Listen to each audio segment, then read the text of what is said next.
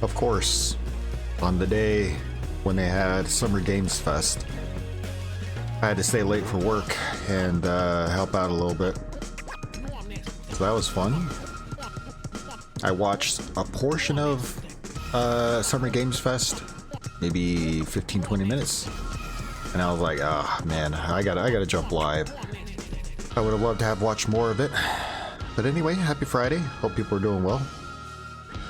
Yeah, today was an eventful day. I feel exhausted. I feel burnt out, not gonna lie. Part of it is like throughout the week I feel like my sleep schedule has been jacked up and been staying up later than I want to and still getting up at the same time. So I think just getting to the end of the week, I just feel a little drained, a little burnt out. So we'll see how tonight goes. I'm not exactly sure how long I want to stream for. I think if I start to run out of steam, I'm exhausted, I might just cut it. But we'll see how it goes. I figure at least a few hours will put in. And you'll see by the stream title, we're going to do a demo first. I'm going to swap over to Bollock's Pit. So if I'm still pulling pretty good and I get that second wind, then maybe we'll try something else. I'm not exactly sure what yet. But if I'm playing Bollock's Pit and I can feel my stuff starting to fade off, I don't want to pass out on stream. So I don't want to be dozing off, so I might just call it. We'll see how it goes. But let's go ahead and get this thing going.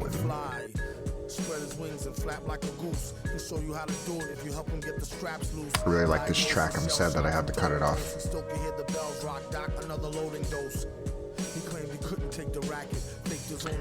Looked like there was some cool stuff that I saw so far from Summer's Games Fest.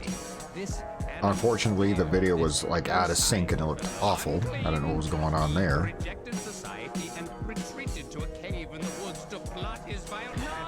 Let's see here. Let me get to... Okay, I was gonna say, let me get to the main menu first and I can swap over here. It's like not completely full screen for some reason.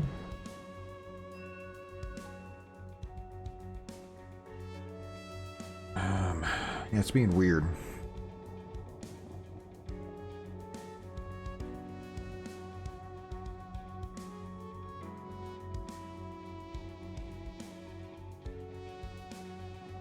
I'm wondering if I should exit and restart.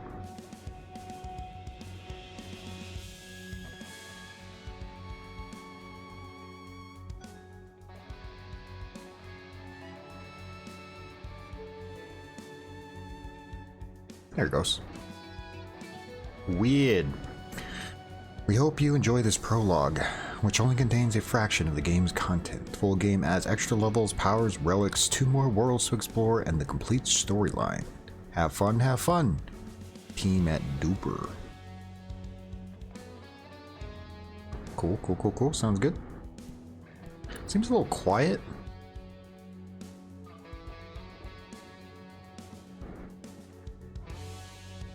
Like these headphones just seem quiet in general right now, which is kind of weird.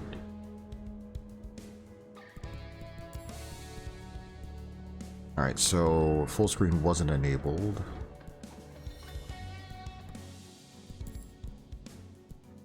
Low, medium, and ultra? That's kind of weird.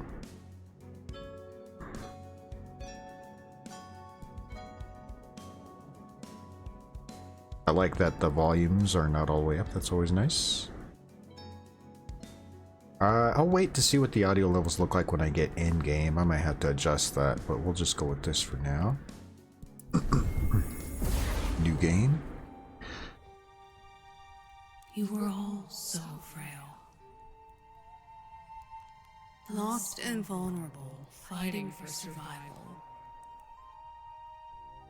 Maybe giving humans the crystals of power was a mistake. You quickly rose and became the masters of the islands. While I had only love and trust for you, other gods started to see humanity as a threat.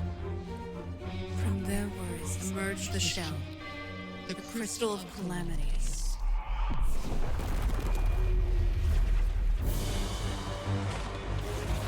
You risked everything in your attempts to destroy it. But the shell prevailed, and the fight was lost. I thought about giving up when I faintly heard it. One last hope. One last chance.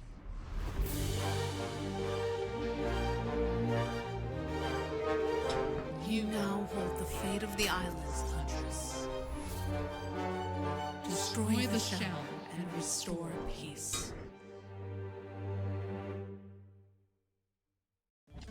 Pretty fancy. First, the islands are invaded, Huntress. Get rid of the Kralfs. Okay. No tutorial, just jump in, I guess. Can you change? Okay, you can't change angles.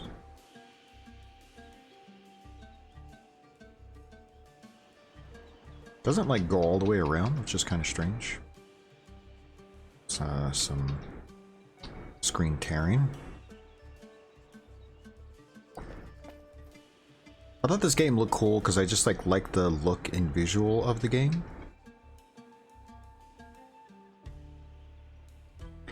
That's definitely gotten me in trouble before. I mean, how many demos have we tried where I was like, yeah, this game looks cool, like visually, I like the art style, I like the way it looks, and then you jump in, I'm like, what is up with this game and this demo? So, we'll see how this one goes.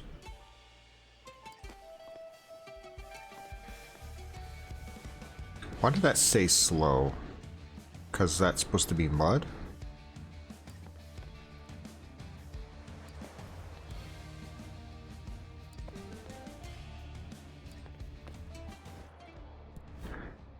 That enemy saw you. Get in cover. Low cover offers minimal protection, while high cover shield offers you complete.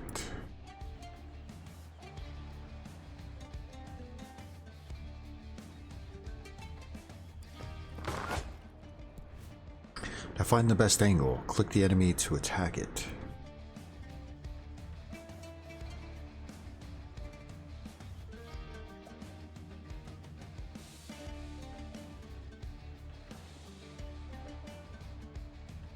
So does that mean it does, there's a 77% chance to do 3 damage? Is that what that means?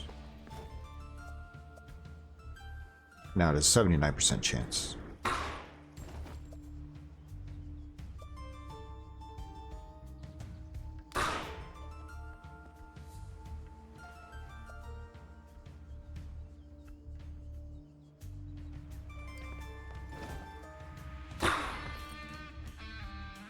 I'm not sure how the turns go.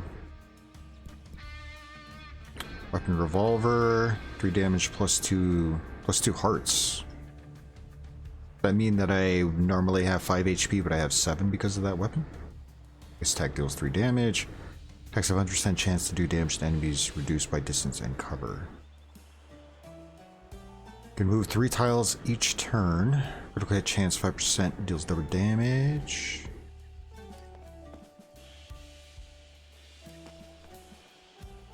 This is a little interesting how this works. Turn ends whenever you move or attack. Enemy ahead plays once every 3 turns. Aim at them to see when they will play next. Enemies play once every 3 turns. 4% chance. Oh, 2 turns they're gonna attack. Okay, 74% chance.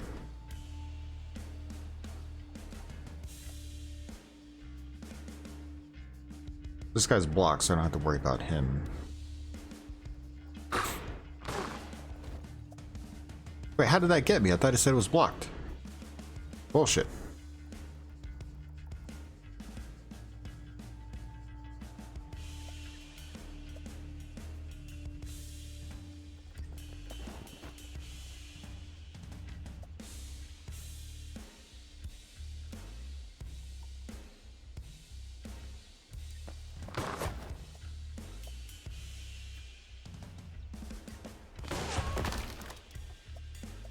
Lost cover. It's fine. This guy's gonna fire next. I don't know which cover is best. I guess it's kind of the same. Missed. Nice. Let's go this way so I can use this for cover if I need to. Missed? Kind of bullshit.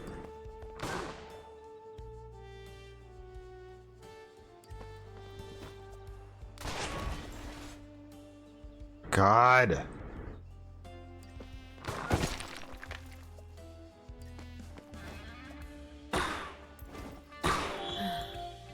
Here we go, jeez. Well done, Huntress. But the sea god is now trying to sink the island. Escape through the portal I opened.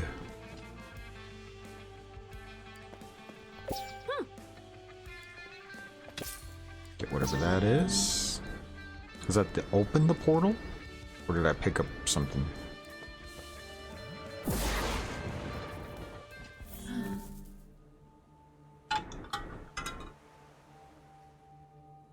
This is one of the sanctuaries that your people built in my name, but has been abandoned since the shell appeared.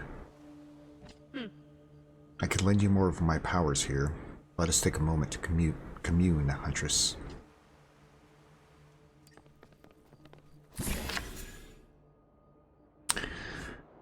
Ravager. When you break a cover, it explodes. Interesting. Inner fire. +2 damage while you have less than 3 hearts. Stable fury. After you move, a lightning bolt strikes adjacent enemies. That's kind of cool.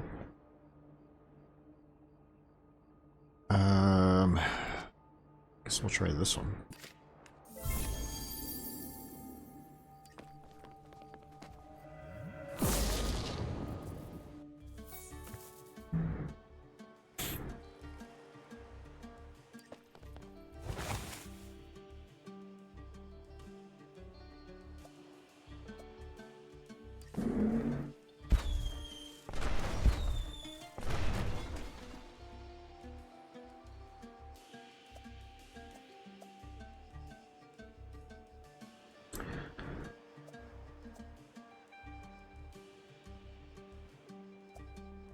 Is it because of distance that it's so low, or because of cover?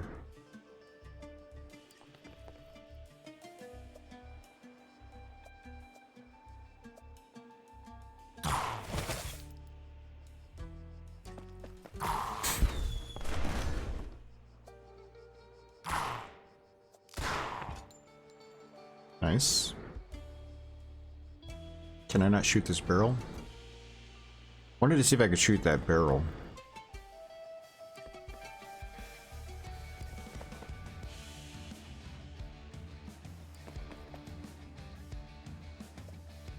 Guy's passed out.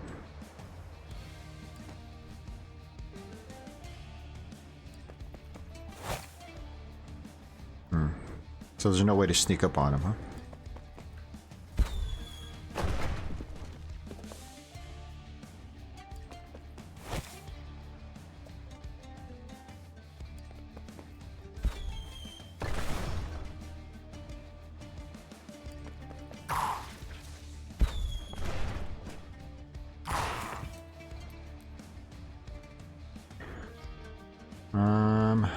I do gotta get closer.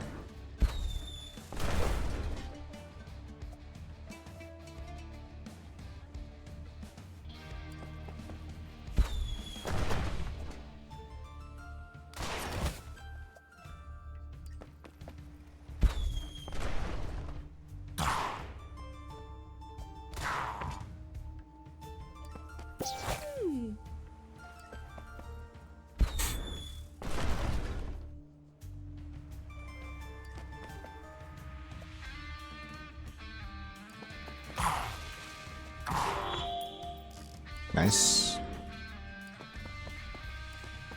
All right. Pretty good.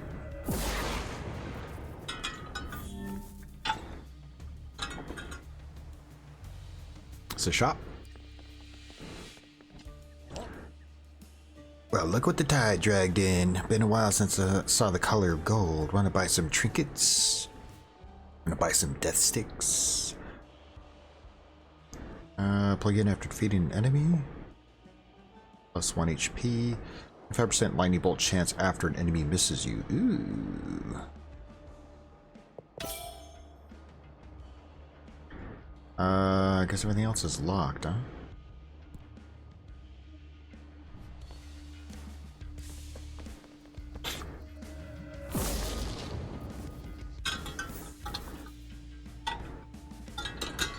Speaking of Star Wars, you know what I was thinking the other day? I never finished Clone Wars. I'm trying to think how far into Clone Wars I got. I got a good way into Clone Wars. I think almost to the end of season 2. And I'm trying to remember why I never finished. But I did put in a lot of time into Clone Wars.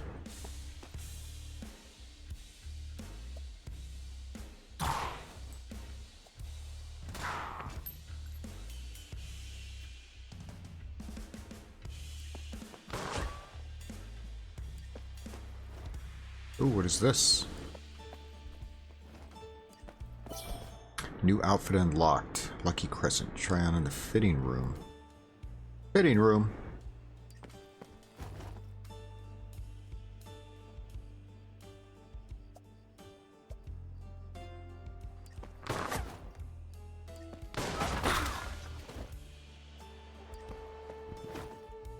Somebody almost dead here?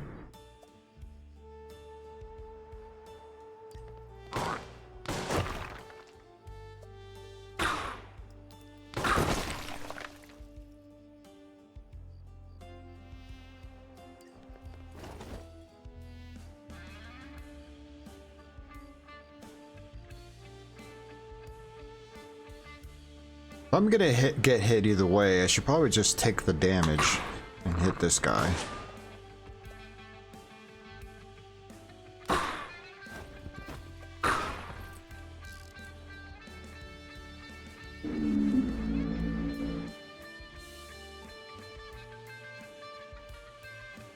The further away the better. There's a higher chance he'll miss if I move. Nice, there we go.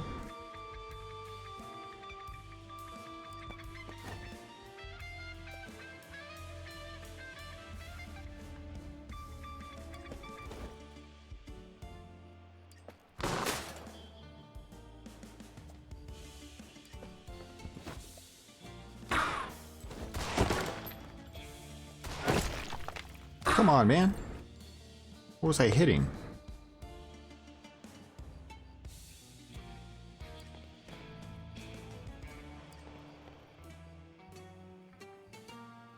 Wonder if I should try to grow on this backside here.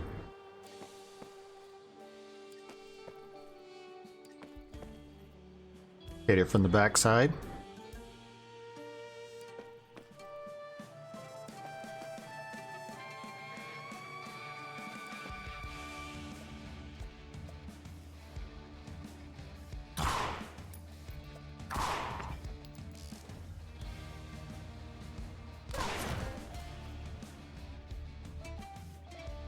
What does this guy even do? Looks like he explodes.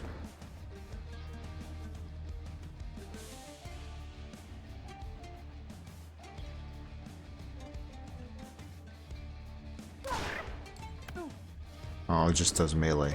Okay.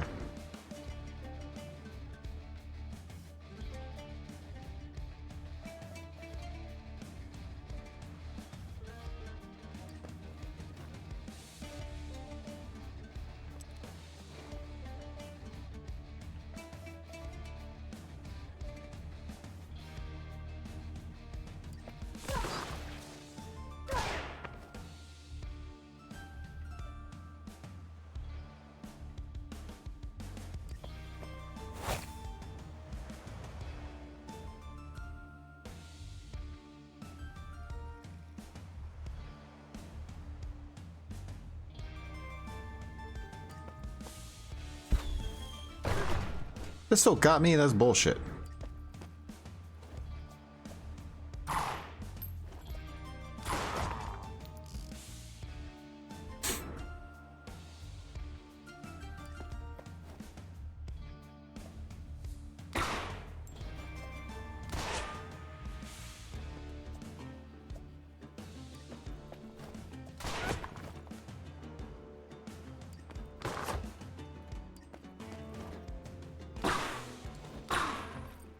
There we go.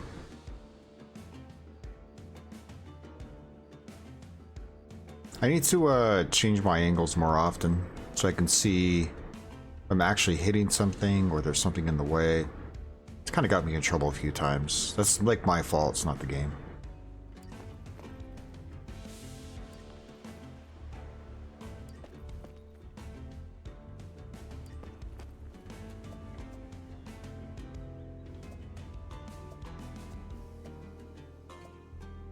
This guy gonna wake up?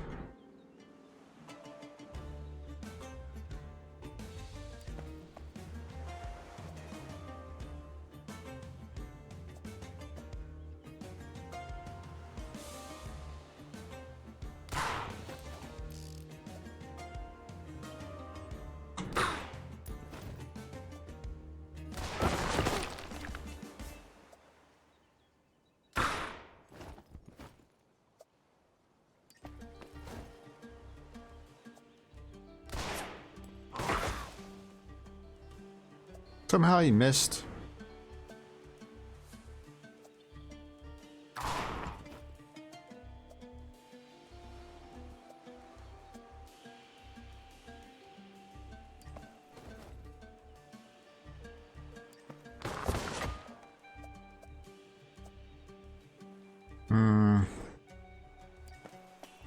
Let's get him to come this direction.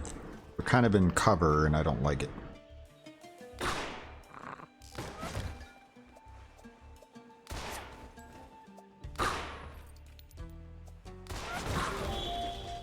Nice. Whew. Close. Almost screwed up right in the end there. I wonder if there's like an opportunity to find random things in these areas. Like what if you walked the right way? Wait, is the land disappearing? Oh, it is. I didn't realize. The land's like disappearing. It's falling into the water.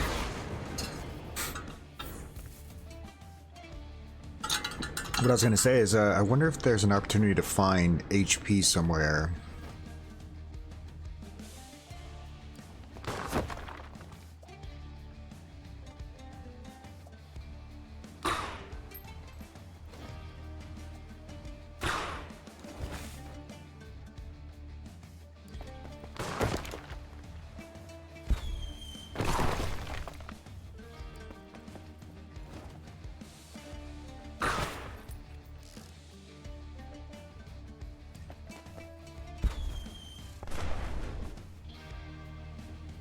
Let's go. Let's flank them. Wait, they did. Oh, okay. I was gonna say I heard somebody die.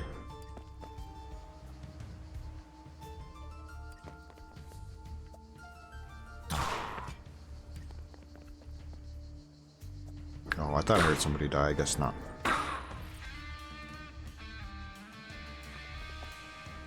Do I want to pick this up?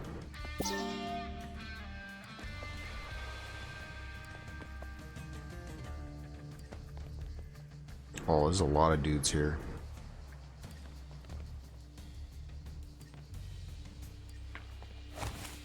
That guy heard me? That's some bullshit.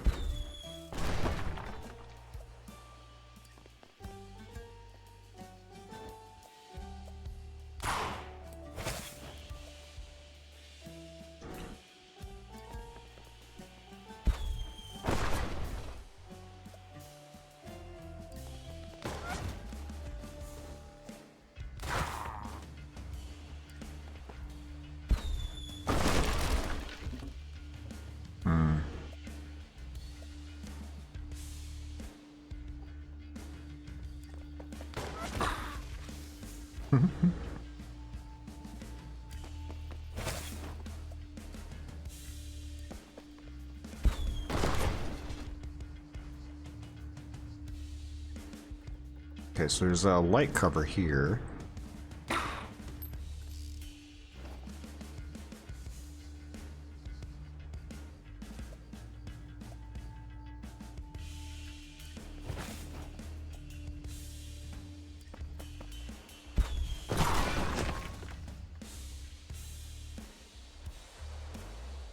Where did the other guy go? Went into the fog. Can't see where he went. There he is.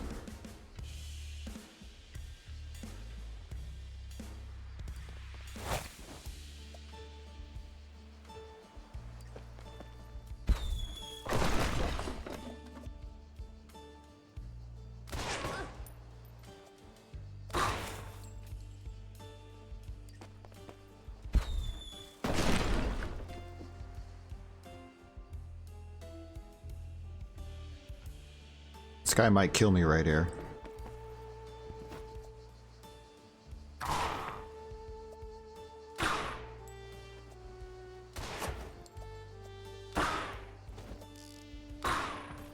Whew. Lucky. Got very lucky. Still dudes over there.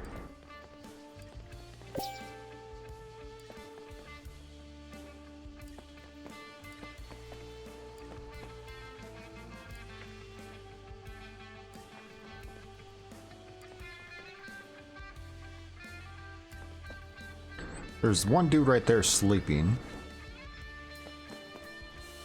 Forget what that is. What even is that? That's oh, it's I gotta equip it at what do you say? A dressing room or something?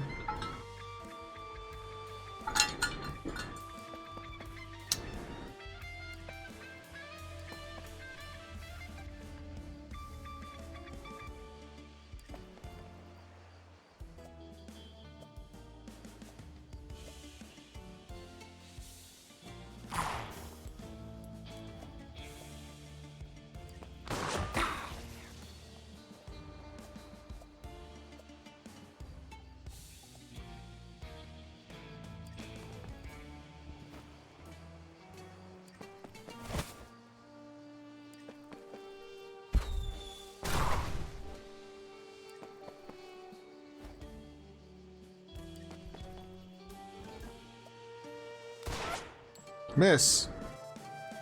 Now there's 4 guys. Shit. Come on, man.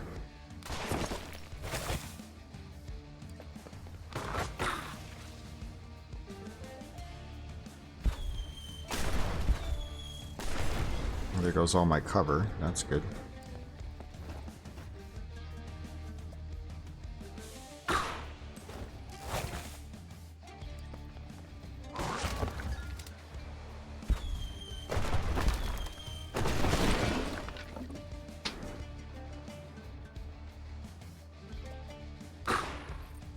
That guy for now.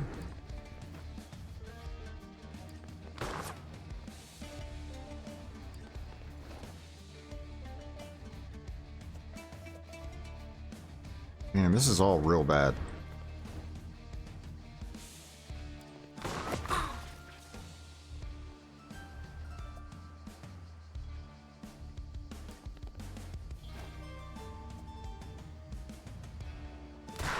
Ooh, got lucky.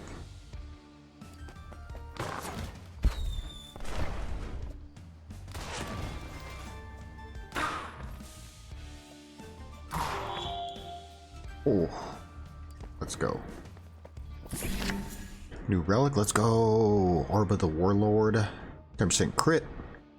Damage for every 100 you have. +1 lightning bolt damage. Ooh. Let's do lightning bolt damage. That sounds good to me. Let's get whatever this is. New outfit.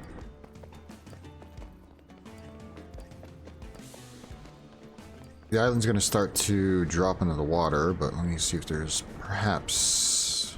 Nope.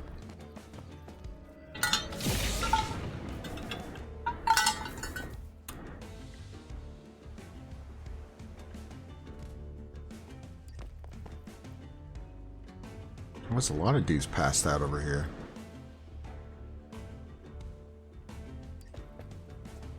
Oh, there's a lot of guys.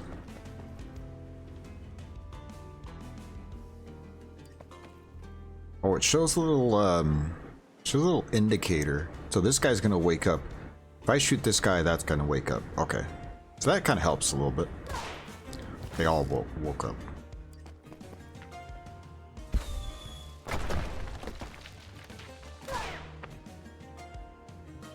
Edge.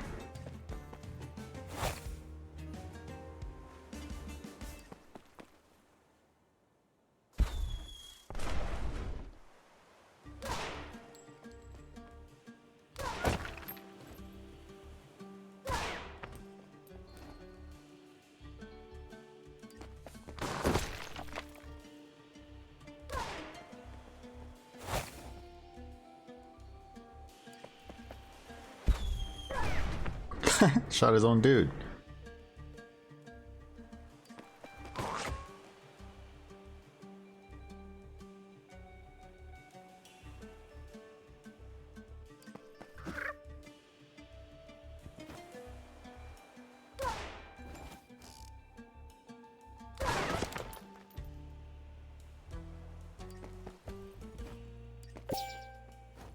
I need that HP. Let's get far away in the off chance you might miss. Nice.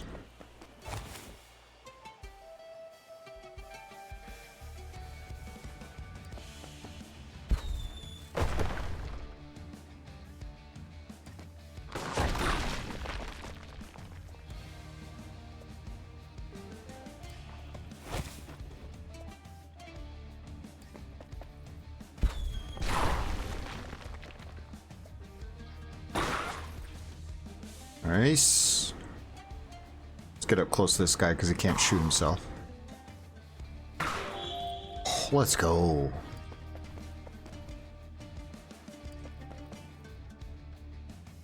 The island's already dropping. Does that mean that all the guys here are done for? I guess so.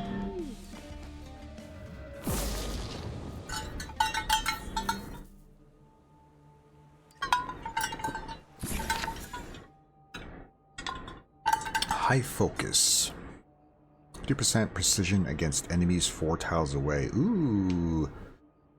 50% precision while you are in mud tile. Cold-blooded.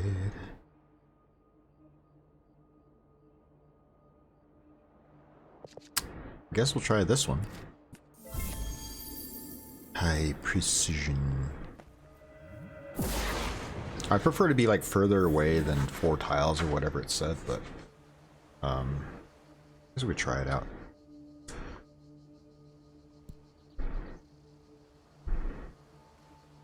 How do we change our outfit now? What did it say?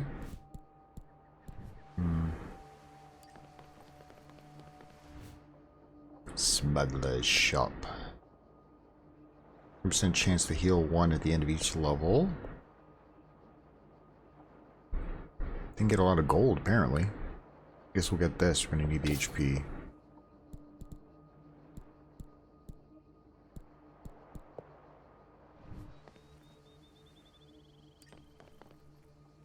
So it said something about an area to change your outfit. Is that like a special area?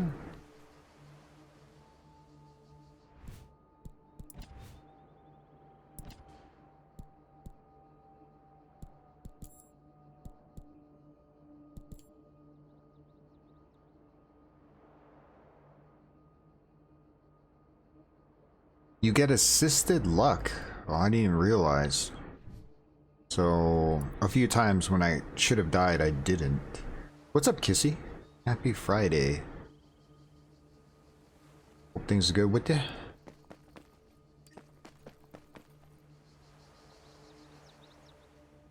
Trying out a new demo. Game itself is not new, but the demo is new to me.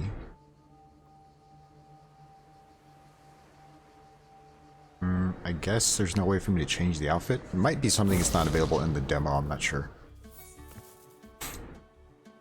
The only reason why I cared so much about the outfit was I just wanted to see if maybe that would give me better stats or something.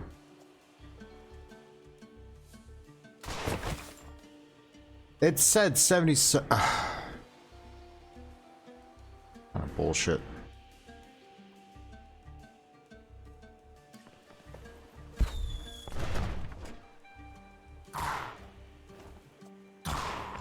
Bastard.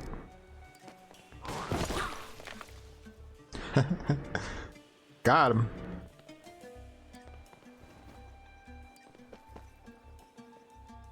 How did this guy see me?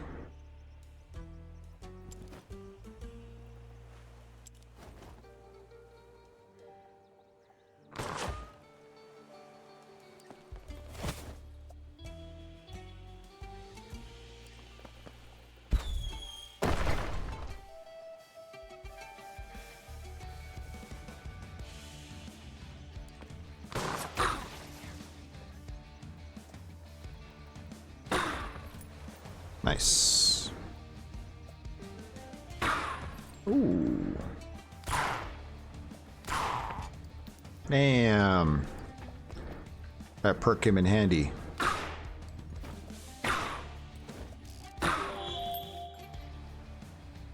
I'm killing it right now.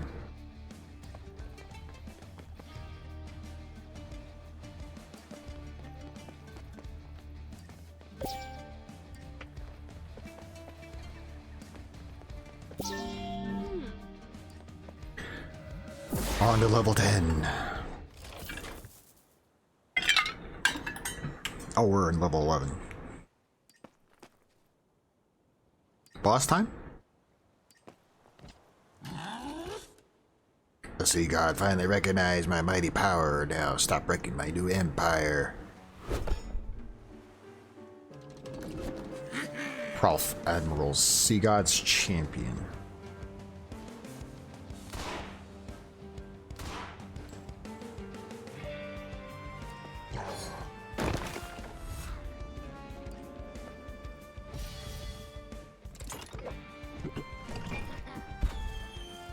It's got defense or what?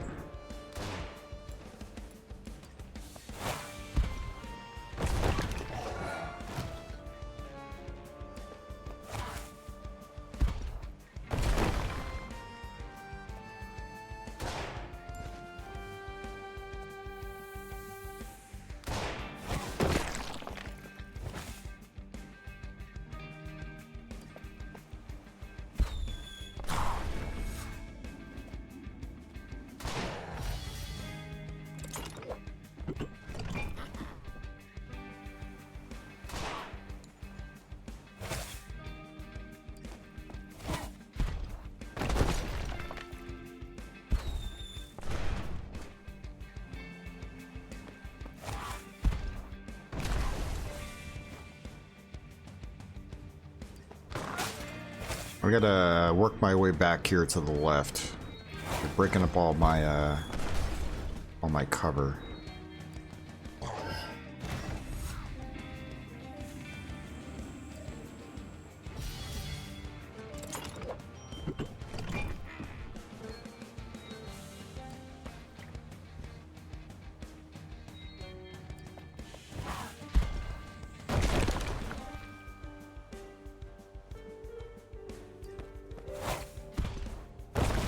I guess you just gotta take hits at some point, because every time I move, they're breaking up cover. I just don't have an opportunity to stand still before they're shooting me again. See, they're like all just trying to hit me at the same time.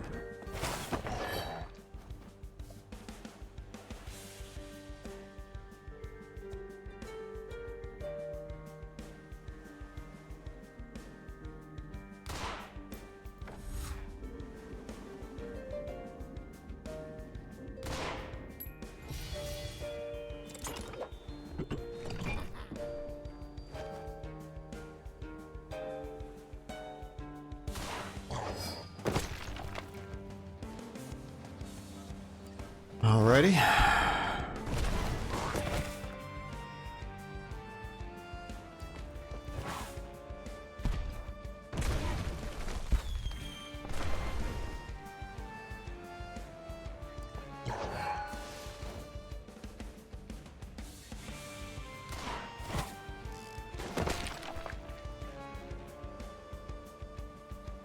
Kind of just want to keep hitting him while I have an opportunity to.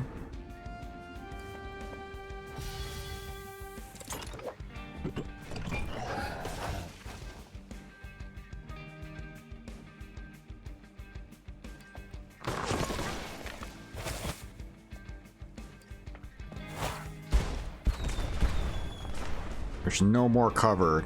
I kind of just gotta work my way back around the other way and hope that I don't die before I get to this fruit here.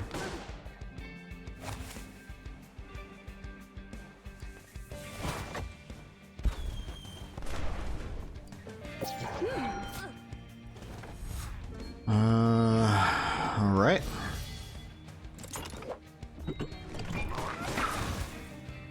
This area seems like real bullshit.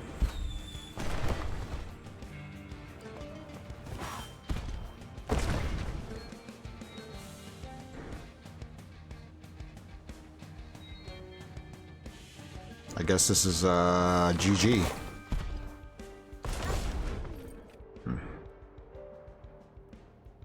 Random question: when you were in the Navy, were you a chaplain's officer with? Were chaplains officers with rank, or were they chaplains entirely outside of rank? Chaplains always, almost always, were lieutenants. Your time has not come yet, Huntress. I will always be your shield, whatever comes. I hear your people pray for your return. I will bring you to them, to your refuge. Cherish this moment of rest and communion before fighting the god's wrath once again. Yeah, chaplains were always officers, and there were always the officers I ever interacted with or ever knew. They were always lieutenants. They were either lieutenant. Or they were like either O2s or O3s. Most of the chaplains I knew were O3s.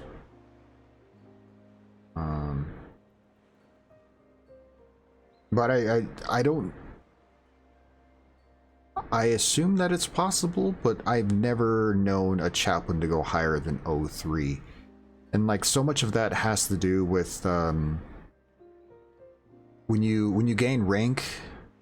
At a higher level, a lot of things go into it as far as like what your job is, you know, your evaluations from a lot of people, you know, what do your numbers look like, your physical readiness, physical fitness. There's like a lot that goes into it, but definitely a lot of it is about like when you do your evaluations, you know, how do people evaluate you, and as you get higher in rank, it becomes harder and harder to get to the next level.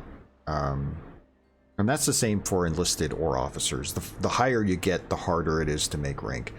And so when you're an officer, it's like chaplains are not really known to have big commands, and not really known to lead a bunch of people. They're there as a support.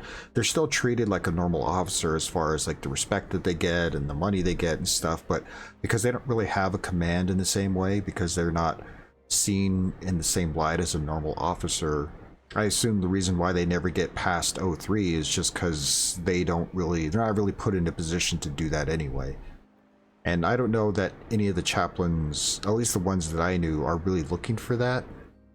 It's not something where it's like, I'm a chaplain, so, and I want to make it to 04, 05, so I'm gonna take command and like lead a bunch of people and all that. It's like, that's not really what they're supposed to do. So I think they kind of cap out at 03 because of that reason, because they're not really, that's not what they're supposed to do, you know what I mean? It's just the nature of what they do. So I'm sure it's possible, like I'm sure that's happened, but I just wouldn't think that that would be normal. Revolver or crossbow? 3 damage plus 1 movement. Oh, I see. Can I back out of this? I just was curious what that was.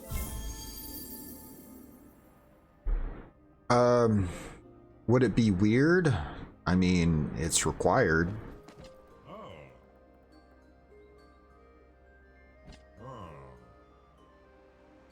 Digging with your crystals, you bring more. I can carve them to create more powerful runes for your expeditions. 30 exposition with more gold. 10% chance for blessings to be rare. Not anymore. I mean, I don't know.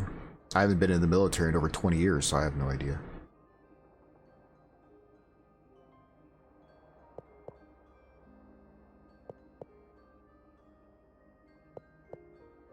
I don't know if I want to do another run, but this is interesting.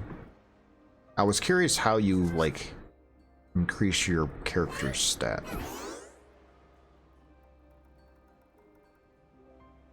Oh, here's the wardrobe thing.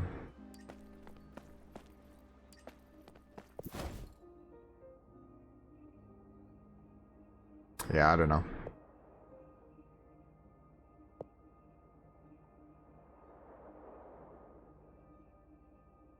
The Secretary of Defense is such a fucking asshole, and he's such a douchebag that I'm not paying attention to anything military related right now. Hunters like to wear this every year. Oh, okay, so it's not like, as far as these are concerned, it doesn't really do any upgrades.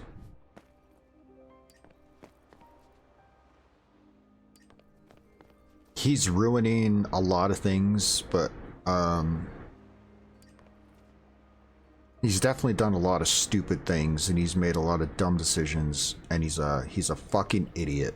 And so anything that's changed right now, or anything that they're trying to do or whatever, I imagine that there's a good chance that some of the things that they're changing and implementing will either revert or they'll be changed again once he's no longer there. So I'm not really paying attention to any of that stuff.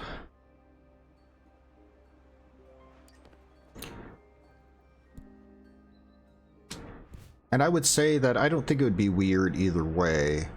The only thing I would worry about is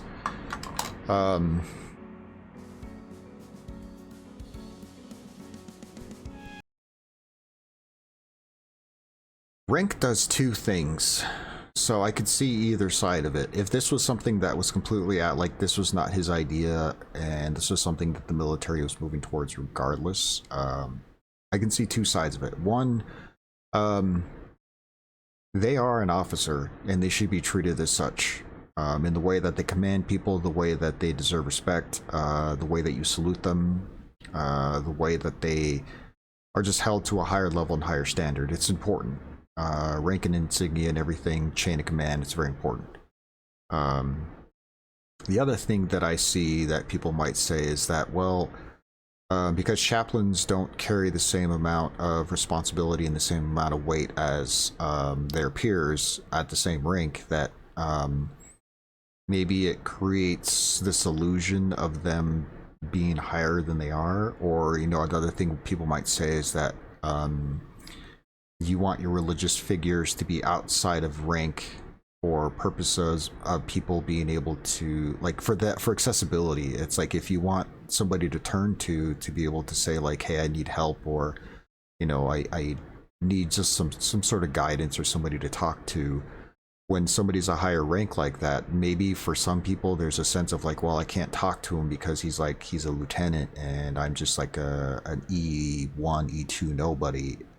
But I've never felt that, and any chaplain that I've ever worked with never gave off the impression that because I was higher rank that you wouldn't be able to talk to them. The whole idea of having superiors is, if you have an issue, come talk to me, let's try to work it out. Let's be accessible to the people that are below us, so we have people to turn to. And so I've never had a chaplain that I felt like I couldn't talk to this person. I felt intimidated by them. Like, they hold the rank, but they were always readily available. They would always reach out. They would always be like, hey, how you doing? How are things? You know, like, you know, how are you feeling? You know, how's deployment been for you? You know, you feeling okay? You know, and then if I felt a little down or whatever, it would always be like, you seem like a little down. Is everything okay? Something you want to talk about? And they're like, well, you know, my office is always open if you ever want to talk. Doesn't have to be religious, doesn't have to be about God or Christianity. Just know I'm always here to talk to you about anything. So, you know, if you feel uncomfortable going to maybe your superiors, or if it's something that's just outside of work or outside of, you know, the job, and you need somebody to talk to, you could always talk to me. So that was somebody that you always felt you can confide in no matter what. And I worked under a couple different chaplains that were different people, but they'd approached it the same way, which is like, take away the religious aspect, take away the God aspect, take away the lieutenant aspect. I am here for you to support you in any way that I can, and my office is open if you ever want to talk about anything. And it could be about literally anything. We didn't even have to talk about, like I remember one of the chaplains I had, he was big into comics and he read a lot of comic books and stuff. So it was like, if you just need somebody to talk to, just come into my office. We could talk about movies, we can talk about comics and stuff. We could talk about anything. So a lot of times, you know, when I would go and talk to them, we would just have regular conversations, and it would be like we were friends, and it had nothing to do with him being an officer or whatever. My superior didn't matter. I think we're about as dumb as privates not realizing chaplains are affording respect of an officer. Yeah, but I think depending on how tradition is, I don't know about other branches of service, but there's a tradition, I think, of how chaplains are. I think people would carry that even if there was no rank attached to it. You never thought that you were an atheist? Yeah. It was just, it was always a feeling of like, I believe what I believe, but that doesn't mean that I'm trying to imprint this on you in any way, and it doesn't mean that I disregard what you believe. I'm here for you no matter what it is you need. You know, it doesn't have to be religious in any way. I'm here to be a support person for you for anything. So, yeah. And they're expected to help all beliefs. Yeah, I could see both sides of it. Um, and it could be the one of those things where like maybe they just kind of felt like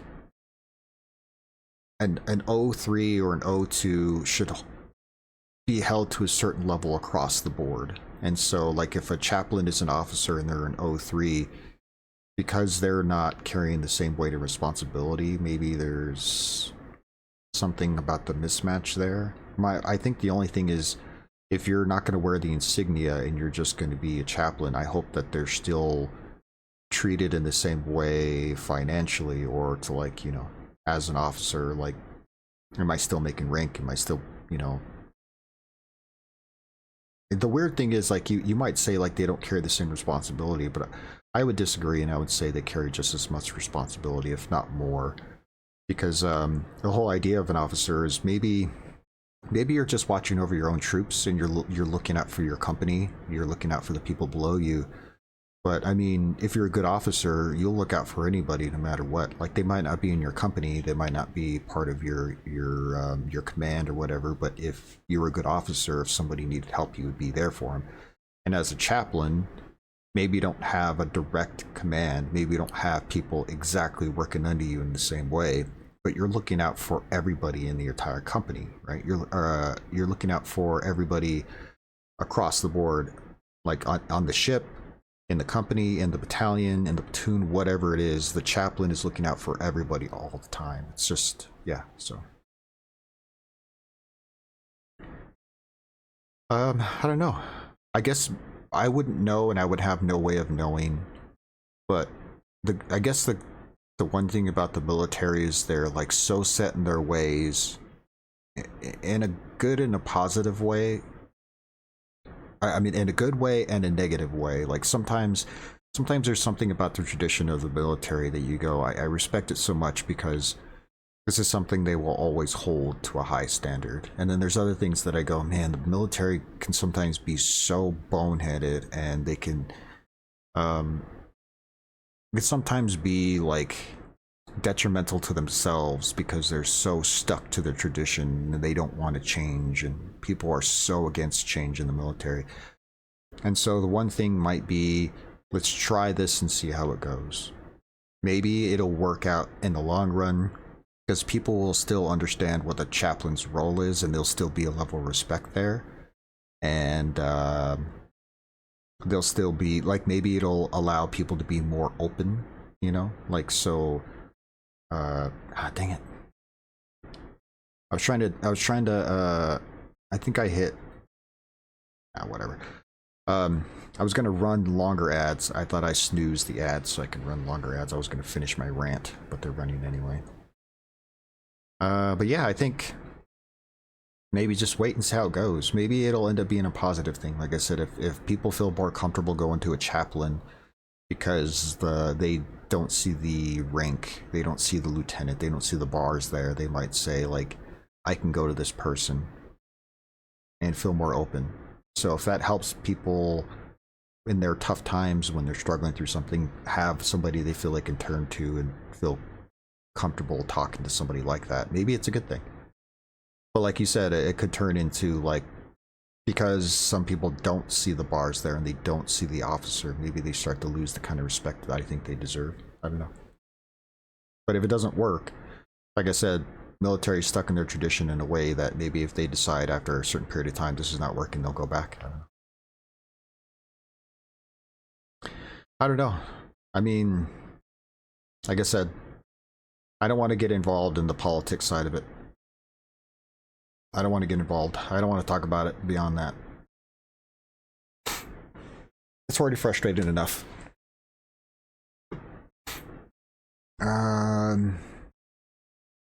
Yeah, I guess we'll go ahead and switch over to Bollock's Pit. I was thinking about maybe doing another demo. Yeah, it's frustrating. I mean, there's a lot of stupid stuff. I saw that this is the last thing, and then I promise I'll let it go. But I saw that they did one negative thing and one positive thing, one negative thing. They were forcing trans soldiers out of the military, and they were not allowing any trans men and women to be able to join, and that was stupid.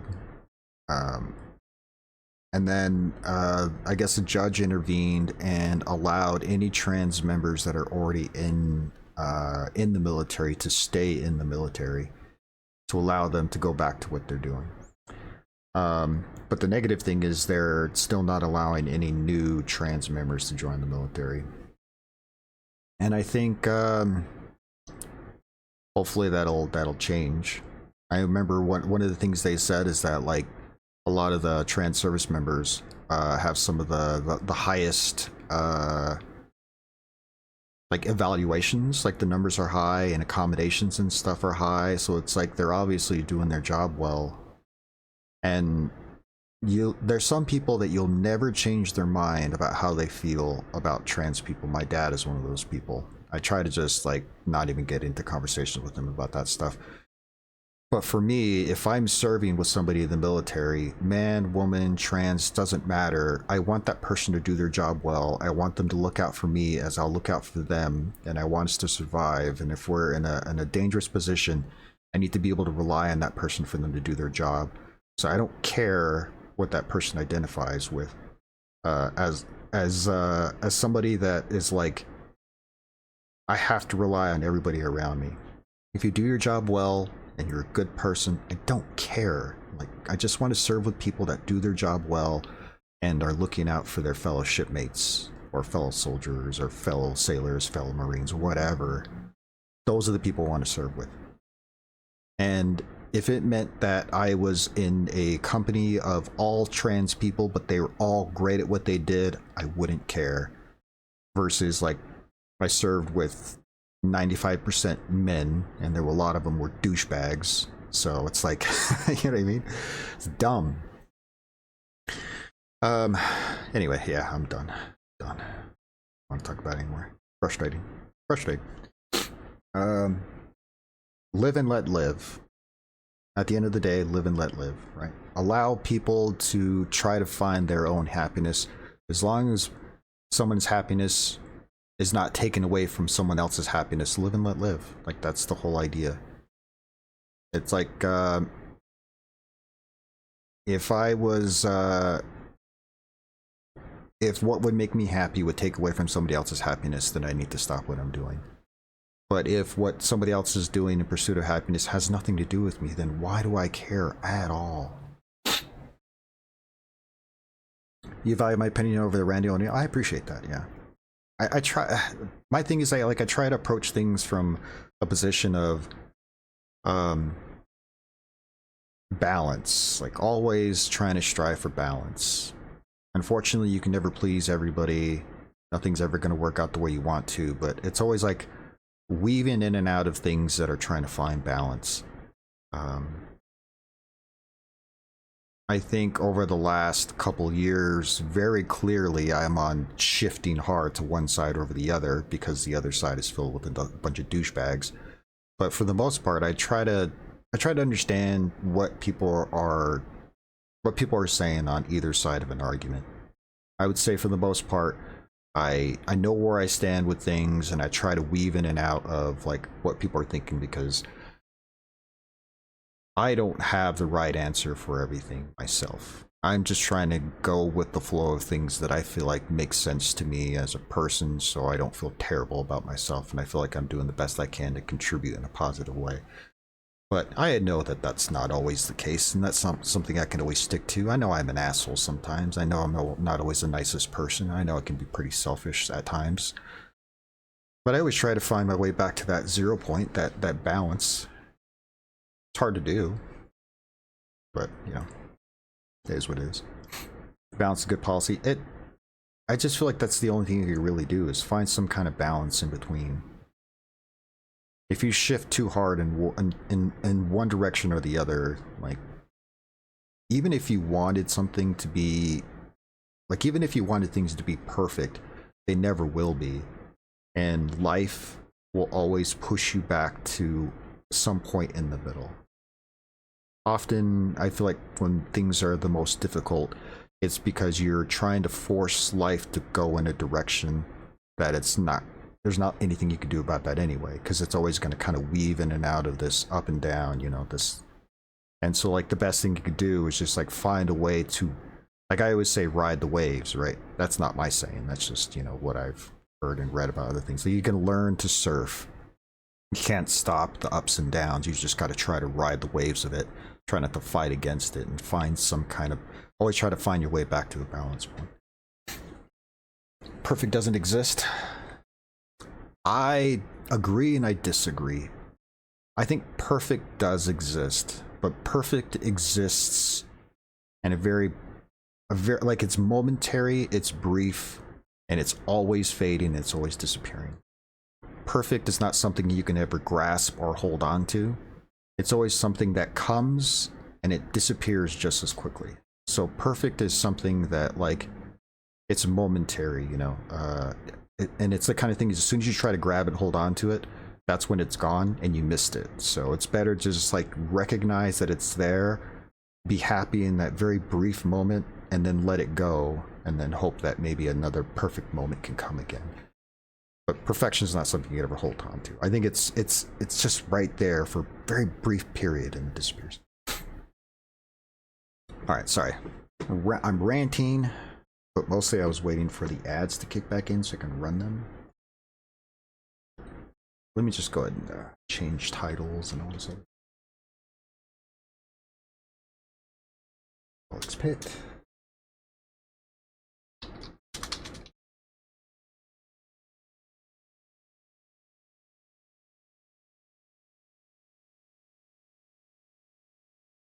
I would say in my 41 years of being alive, the thing that I realize the most is that the more I try to find the answers, the more I just find questions.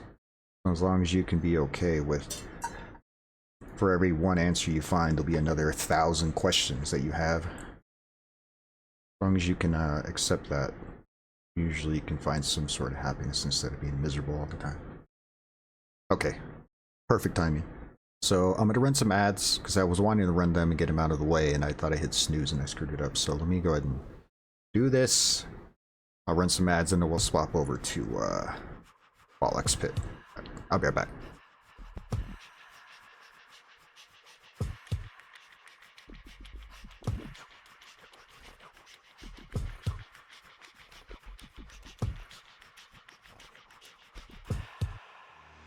Regardless what you make nowadays, you're still an 8-hour slave. Work your fingers to the bone without a break.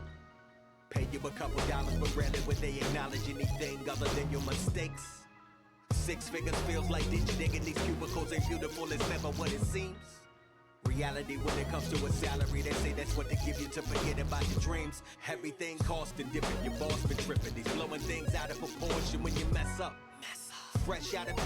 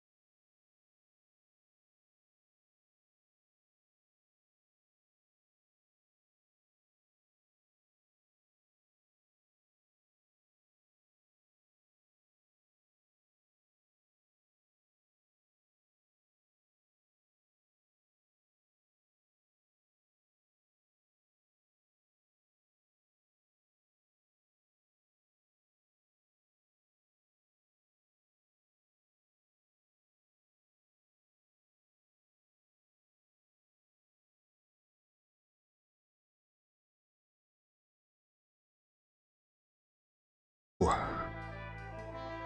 hasn't been that long, but it feels like I haven't played this in forever. I keep wanting to create another layout to put myself on this side of the screen. I was gonna do that last time. I forget though, somebody else was here and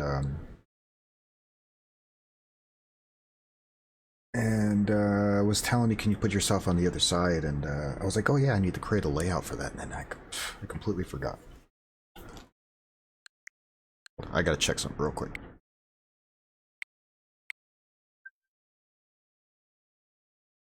Let's go! There's an update! Finally! Holy shit, let me see what this version is.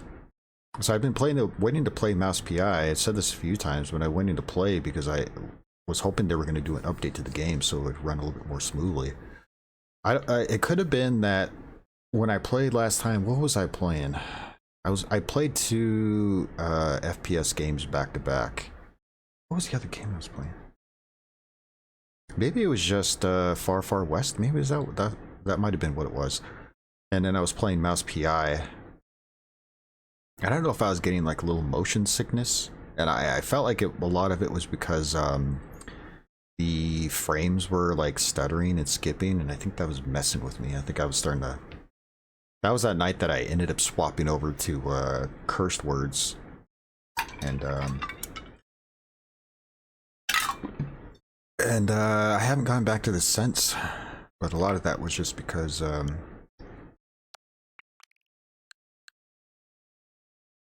curious what version this is. Let me wait just a second while that's going. I saw there was a bunch of games on sale on Steam, and one of them was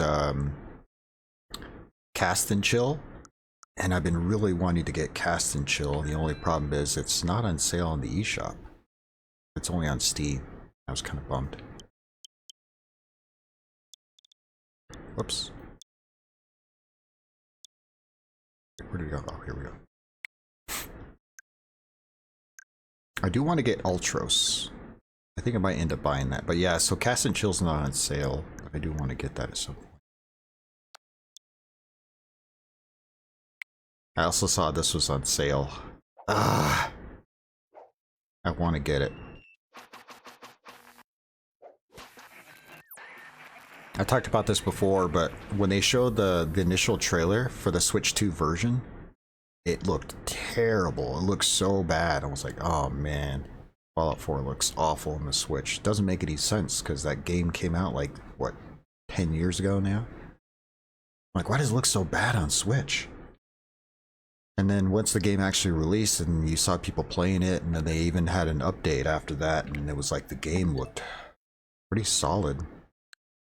I was like, man, and I wish that it was not on a key card. If it was like the full game on cartridge, I probably would just buy it, even though it's a little pricey.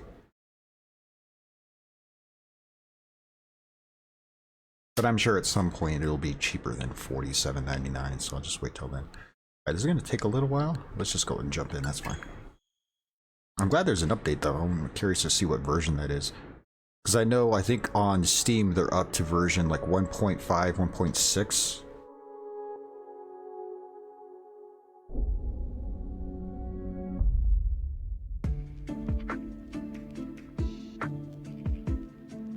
Let me know if the audio is a little too loud. Oh, actually, hold on, before I do that.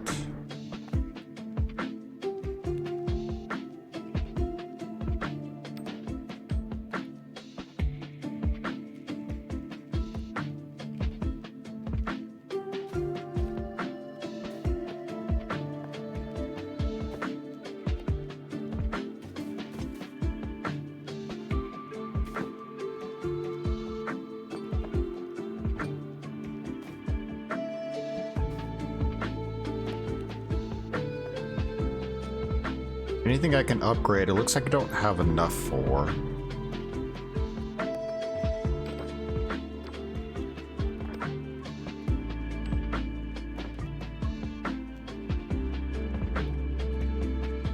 Let me... This like right in the middle here. That might be better.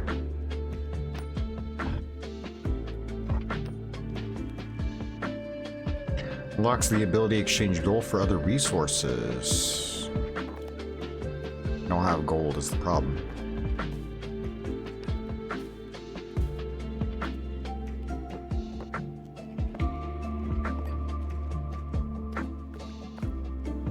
Guess let's do this one.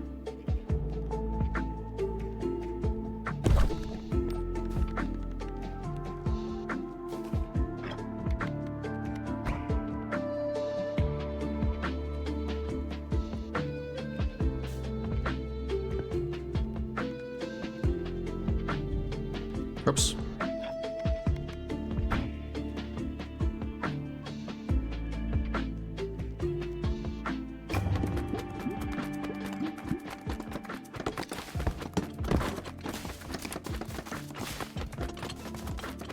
It completely missed the trophy in the middle. Are you kidding me, man? There we go. Jeez. Yay.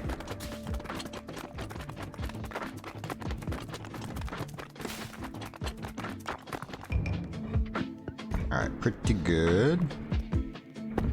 This is done. Let's put it over here with the other trophies. Hold on. Wait, I thought I said it was... Didn't it say download complete?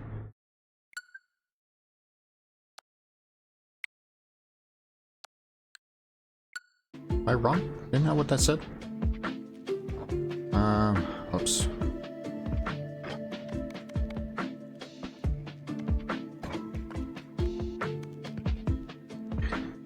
Shoot from the back and have a base critical hit of 10%.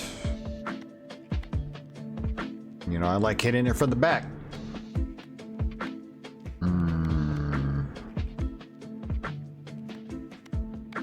I need one more cog, right? I think I would need one more cog in order to open up another level.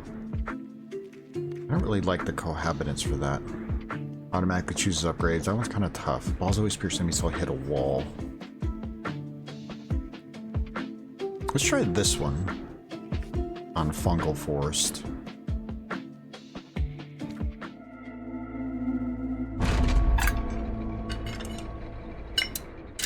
I want some more iced coffee. I'm so sad.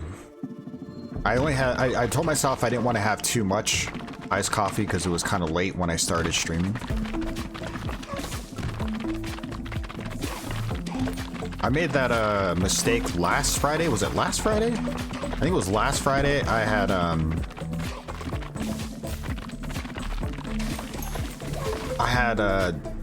made a big iced coffee, and by the time I finished, it was like 7.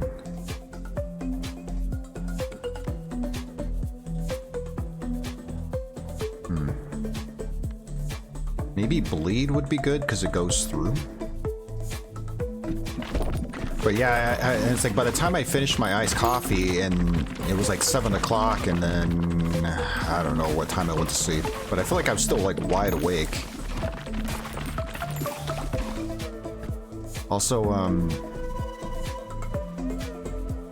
Phoenix and I went a little bit longer than normal too, so.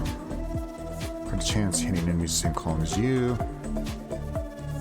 Cell ball, let's do it.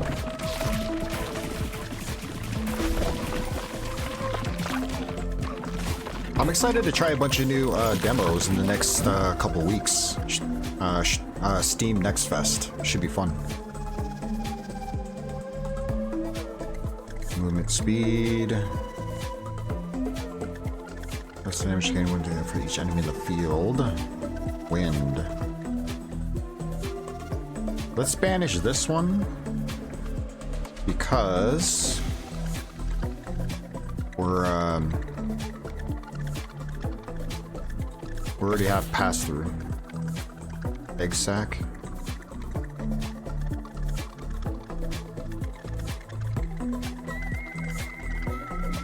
I guess we'll do this one. Give me a good vision, baby.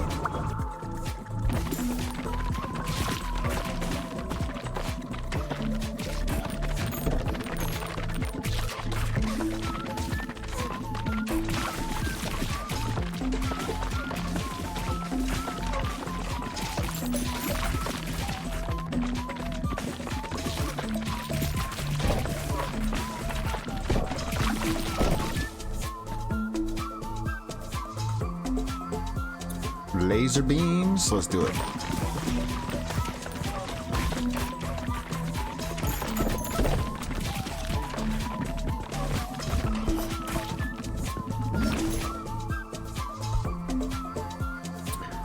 Bleed. And a stack of disease. I guess we'll try this one.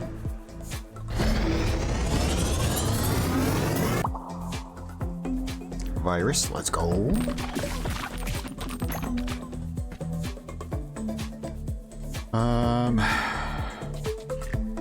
Wall launch speed. Ooh, I like pressure valve. I like pressure valve a lot. Almost cleared the field there.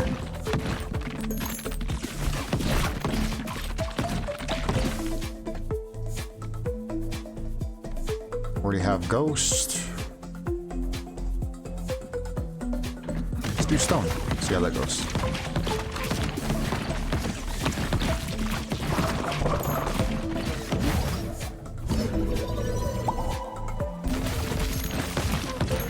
It does seem like the game is a little loud. Hold on. I think maybe I'll just do...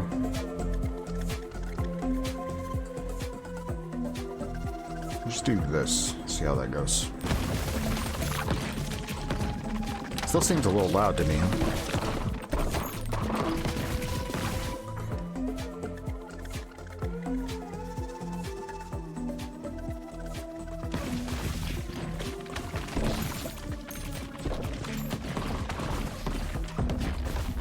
Kissy, if you're there, let me know if the audio is still a little loud. Virus. Let's do virus.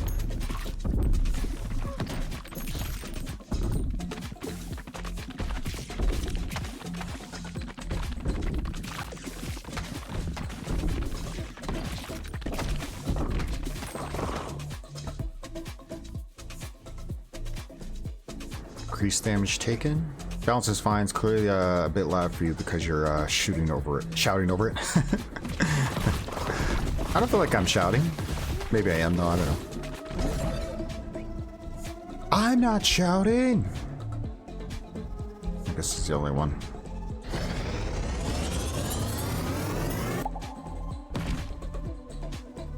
Cool. I'm just looking at the levels, and the levels seem like the game was a little loud, so I wasn't sure. Should I go for bleed again? I do have the I was gonna say the laser. It's too bad I didn't do earthquake, because then I could have tried to go for an AoE build, but maybe at this point it doesn't matter. Maybe bleed is the way to go because of the pass-through.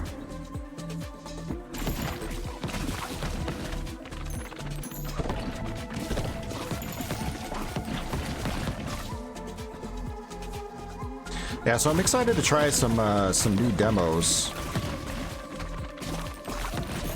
I remember before Barb started playing Undermine, I was thinking, that name sounds familiar. Undermine, what's that game? And I was like, oh, I remember trying the Undermine 2 demo. I remember that. That was pretty fun. I never actually put it on my wish list, but I remember having fun with it. It was fun to watch him play, even though I didn't end up picking it up more myself. If it's so loud you're yelling over it, I don't feel like I'm yelling, but I just didn't want the game to be too loud for you guys. Magic computers for us, the audio is more important to be balanced. You can raise or lower your own volume. As long as it doesn't seem like you guys can't hear what I'm saying. If you can hear me okay and the game's not too loud, then I'm okay with it. Sometimes all I could do is look at the audio levels and just kind of think, does it seem like it's okay? I hope. Wretched Onion. This might be good. Then we good? Alright.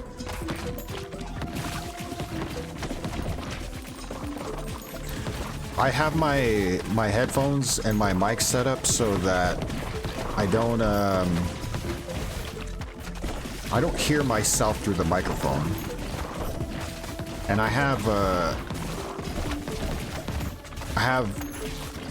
earbuds on that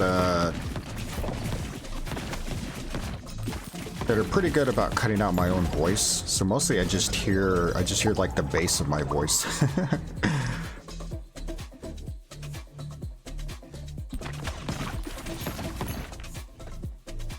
The noise cancellation is pretty good with these earbuds.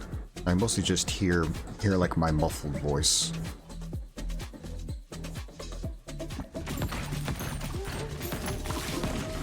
Some streamers set up their microphones so that they can hear themselves. But I kind of feel like even if you could hear yourself, you still don't really know if you're as loud or louder or quieter than the game audio, because unless you can hear the whole thing mixing all together. Some people want it set up that way. I would want it set up that way. I don't want to hear my own voice more than I already do. I'd rather hear the game.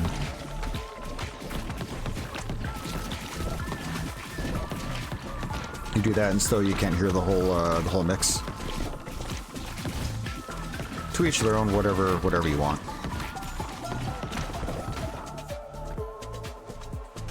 Critical bonus damage.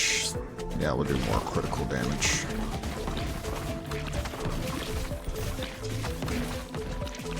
This guy's not gonna get me, is he? There we go. These. Oh, we can still do AoE, I think. Laser stone. Burn? Well, I could do burn, because it is doing pass-through.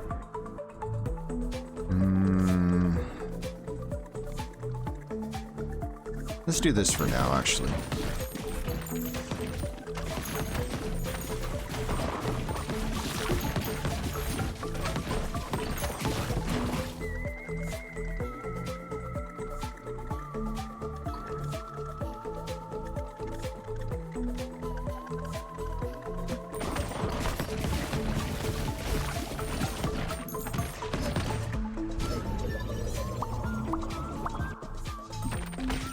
Decent.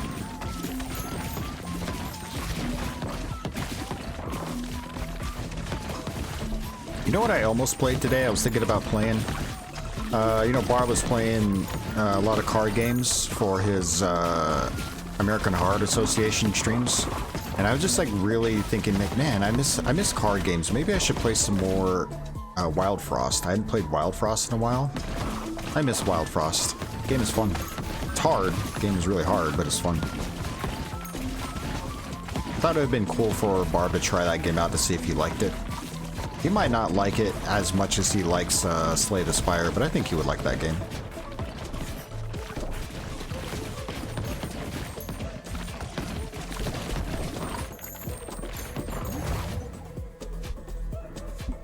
Ooh, something new?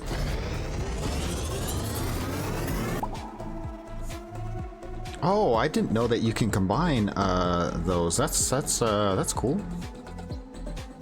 When you touch enemies that have 50% chance of instantly dying. Whoa, that's crazy. That's definitely new. Oh, let's go. AoE damage.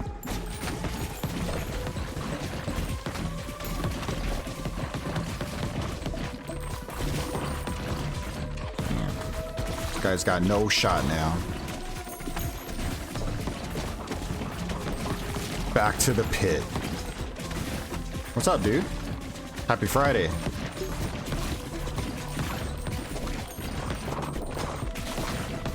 This is no Subnautica, but it's pretty good. Remind me, have you ever played this game on Coffee?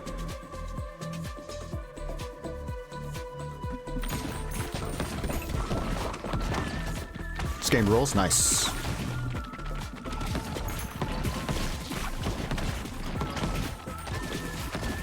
Oh, you haven't? You only have watched? Oh, okay. I was going to say, I thought I remember you saying that you haven't played it yet, but if you ever get around to it, man, this game's a lot of fun.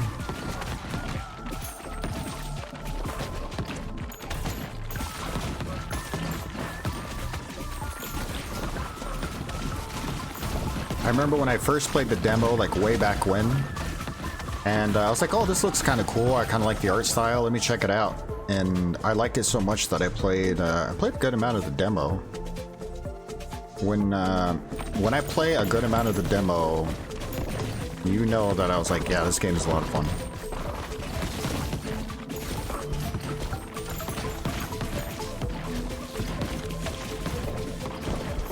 Pretty firmly in the we'll always watch, we'll never play category. Fair enough. I have games like that for sure. Trying to think which games fit that the best for me. A lot of the Souls-likes. Like I played Elden Ring, but I've said before, I've never played Dark Souls. And I think at this point I've seen so much of like Dark Souls that I don't know that I'll ever play myself, because I've just seen so much of the game. But I don't know. Never say never, but I just don't think I ever will.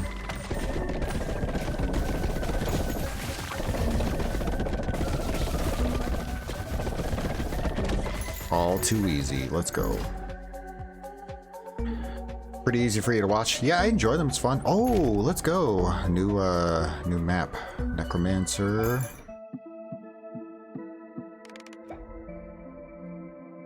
Thought you ever spend the money? It's just like I think maybe if I hadn't seen like I feel like I've seen hundreds of hours of the original Dark Souls. Same with like all the Souls really, like 1, 2, and 3. I feel like I've seen so many.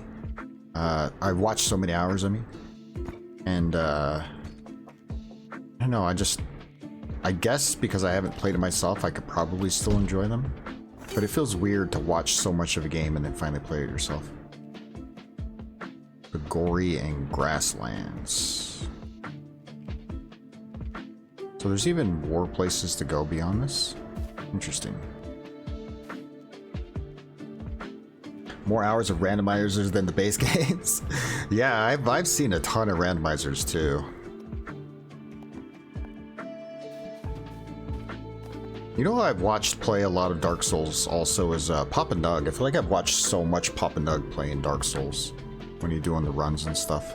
I never really watched too much of the like the no-hit stuff, but people doing randomizers or just doing like challenge runs outside of no-hits. I've seen a lot of those.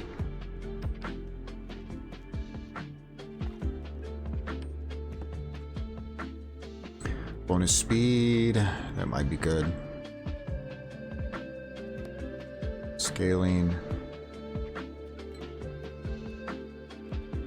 Increase starter ball to level 3. That's good. Dexterity scaling.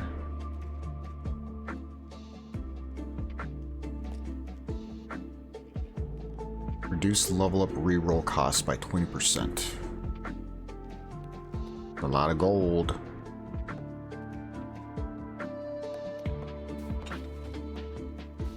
I'm sure I could think of other games that that I've seen a ton of, but I don't think I'll ever play. I'm trying to think. Last of Us? The Last of Us 1 and 2? In-run streams at hours that fit your schedule. You've seen him do challenge runs, but you rarely go out of your way to find that kind of game. Yeah, I won't ever go out of my way to look for it, but there's certain streamers that I watch. I'll absolutely watch them play that kind of stuff. Sometimes it's fun to just like cozy in the background. Like, you know me, I'm kind of a big lurker. Like I'll come and try to pop in and say hello, and I'll just lurk a lot while I got my hentai in the background per usual.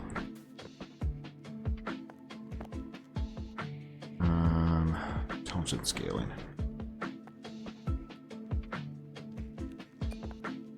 Gotta get that hentai in, man. Guess I'll do this one. Am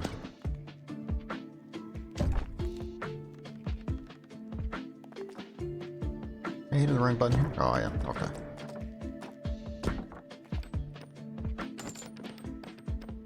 Can't fit that in, can I?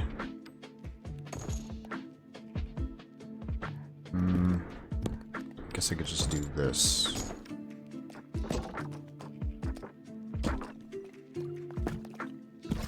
It's a good way to fit this in here. No! Oh, wait. There we go. That works. Be a real Twitch viewer, you have a stream on 1%, another tab, hentai in the main window. Yep. Exactly, exactly. You're trying to reply to a message, but it's hard to do with one hand, you know?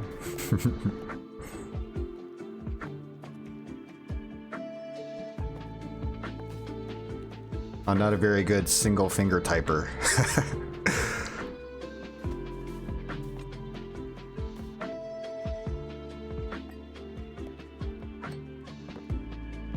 I don't think I could afford. Oh, what am I doing? I'm looking at this wrong. Hold on.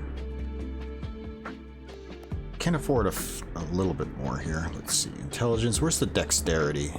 Scaling. Can I move it? Leadership.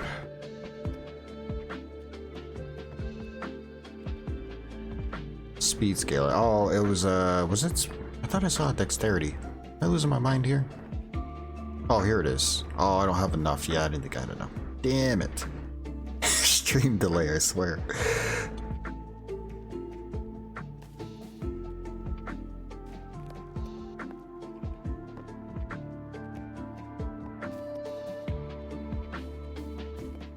I don't really watch hentai, but there's no judgment here.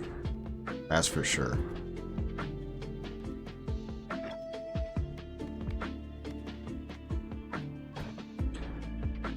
I feel like I've joked about it so much, but I don't think I've ever actually watched hentai before.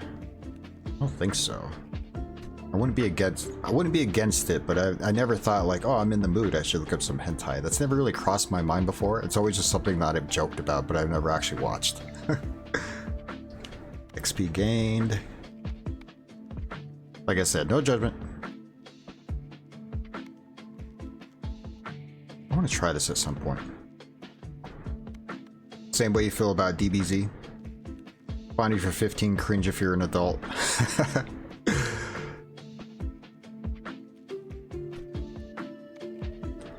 Oh, maybe I should give it a shot and see what the deal is. That's too much information, I'm sorry.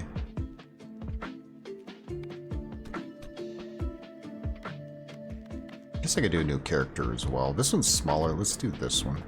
I can fit this in better. Where's the oh, wrong button. Let's try that, and I'll just do a harvest.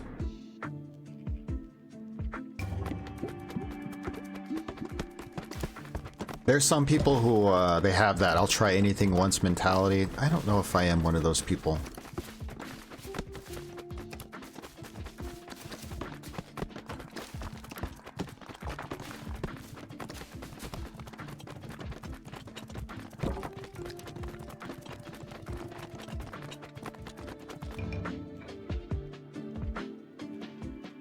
Makeshift Sisyphus.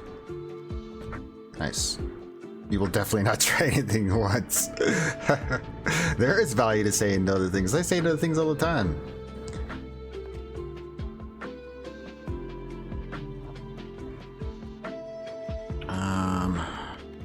Do I want to jump back into this? I guess. Former king tormented by time. Balls no longer deal direct hit damage, but AoE and status effect damage increased by 4. Oh, and no baby balls? That's kind of tough. I want to try the new stage, but maybe I want to try this guy just to see what the deal is. I like the OG music too. I always like jumping back in with the OG music. I don't think I mentioned this before, but I think when I was younger, I was more prone to saying yes to people, to try to be a nice guy and try to be help people out. And I used to be a much nicer person just in general. But at some point I just realized, people like love to take advantage of me. And people love to just ask me for something because they know that I'll say yes. And then at some point I was just like, you know what? I'm just going to start looking out for myself. When my job asks me, hey, do you think you can come in and do this? At some point, I'm just like, you know what? I I tried to be a team player for such a long time. I try to be helpful, and it just doesn't always work out for you. It works out for everyone else, but this game music rules. Yeah, the OG track is really good. I like it a lot.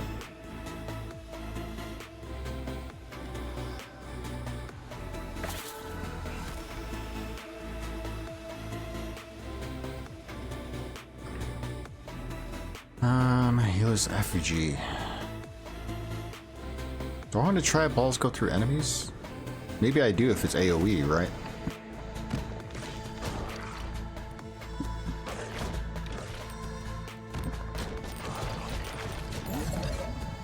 Some people think being a team player means doing way more than you should because we need someone to pick with slack. Yeah, that's kind of what it felt like at times. And I still have those moments too of doing more than I should, even though it's not like I have a coworker. Well, I should say I have a friend. He's a coworker as well, but a friend of mine who we work together for a while, and I would always find ways to do more than what I should have. And he would always kind of tell me, like, why do you always take these things on yourself? Like, you're not a supervisor, you're not getting paid for it, you're not in charge of anything. Like, why do you always feel the need to do this? And I'm like, I don't know, man. It's like it's just part of who I am as a person to I don't know, take charge, to tell people to do things.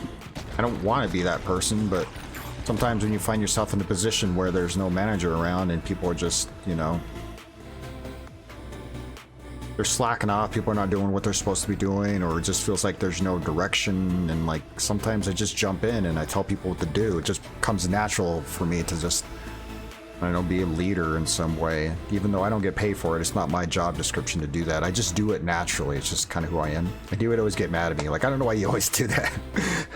Bosses love that shit. And I'm not trying to do it to impress them. I don't care. Because the funny thing is, one of my jobs, I've been offered a manager position for years. And I've had a few different general managers that tell me, like, you know, I think you'd be great if you ever want to move up and, you know, take on a supervisor role and move up to being a manager. I'm just like, I don't want to do that, man. Like, I don't even like doing it. Like, I don't like the idea of trying to tell people what to do, because it's not what I'm supposed to be doing.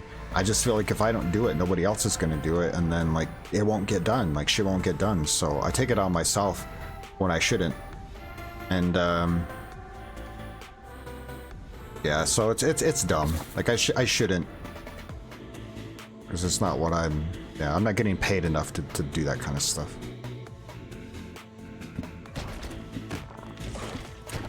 Shouldn't be wary of corporal speak like that. It really is dumb. I shouldn't put myself in that kind of position, but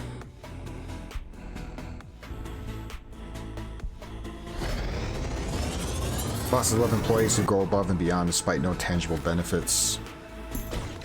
But one thing I will say though is that, like,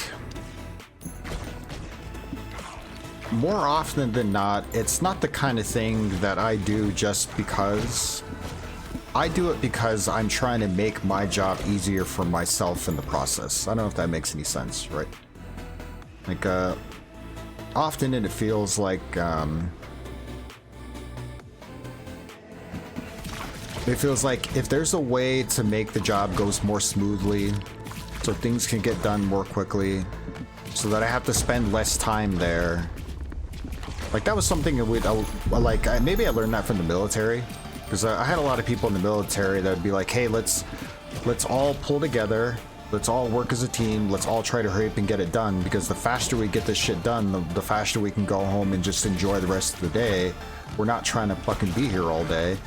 So, you know, so my thing kind of always comes from not a point of like, I want to take control and I want to be in charge. It's more like, hey, let's do this because it'll make the job easier for everybody. It'll make the job easier for me. Like, it'll get done, you know, we'll be able to, you know, make the day go by faster. Hopefully we can get out earlier, like that kind of thing, you know what I mean? I feel like it goes down to that more than anything. You're not getting an hourly rate in the military. Yeah, that's true. That is true. It's hard. Like I said, it's dumb of me. I shouldn't take on that responsibility. My friend reminds me of that all the time. He goes, I don't know why you do it, man. Don't know why you do it. I said, I don't know why either. It's really stupid. Come on. There we go.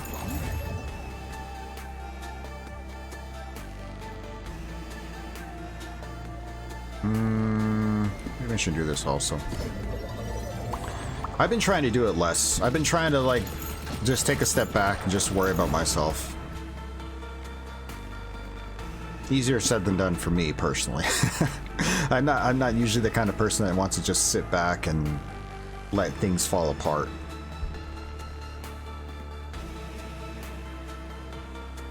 Ooh, nice.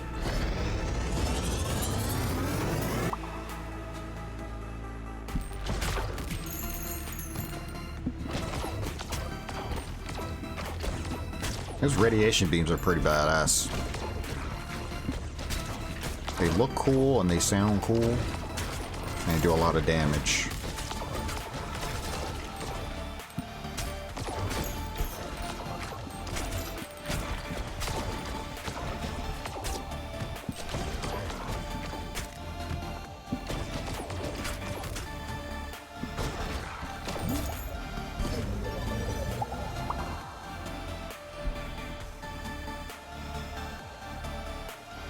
I was telling my dad this story about one time.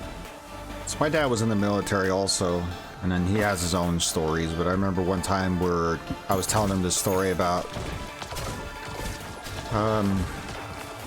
when the server went down, the exchange server went down, and everybody didn't have access to their email, and we ended up having to stay up late and rebuild the server from scratch. It was like a whole thing, and didn't go to bed until like 3 o'clock in the morning. This is when I was deployed overseas, so we would usually do 5 to 5, 12-hour days. They're really long days. So then to be up until 3 o'clock in the morning, get a few hours of sleep, get up, and then turn around and go right back to work, it was pretty rough. So definitely not getting paid hourly in the military.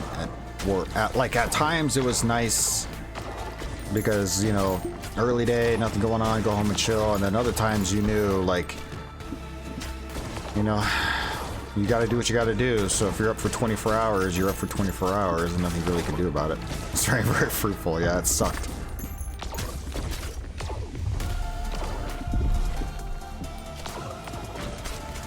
My supervisor at the time, he told me, he's like, hey, why don't you go ahead and head out early, go get some food, try to get some rest if you can, and come back at this time, because we're going to be up pretty late.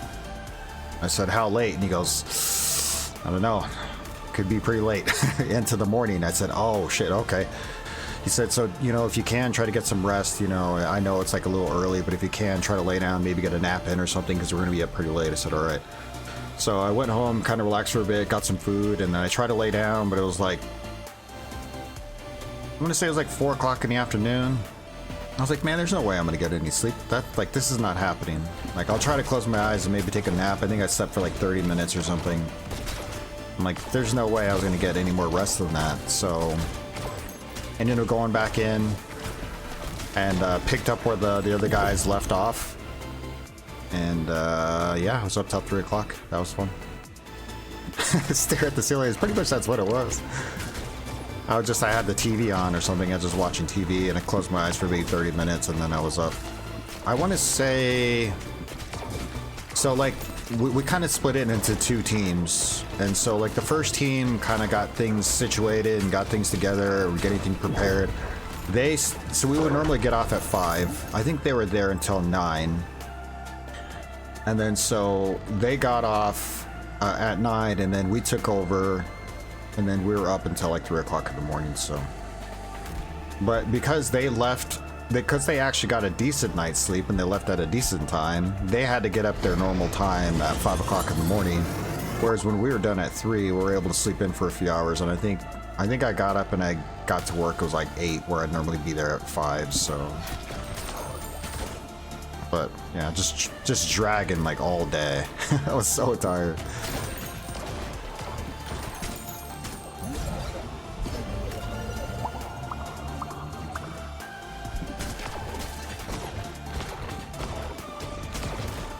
Brutal and inefficient. Yeah, it's what happens when it's what happens when you have the entire battalion that can't access their email. Ooh.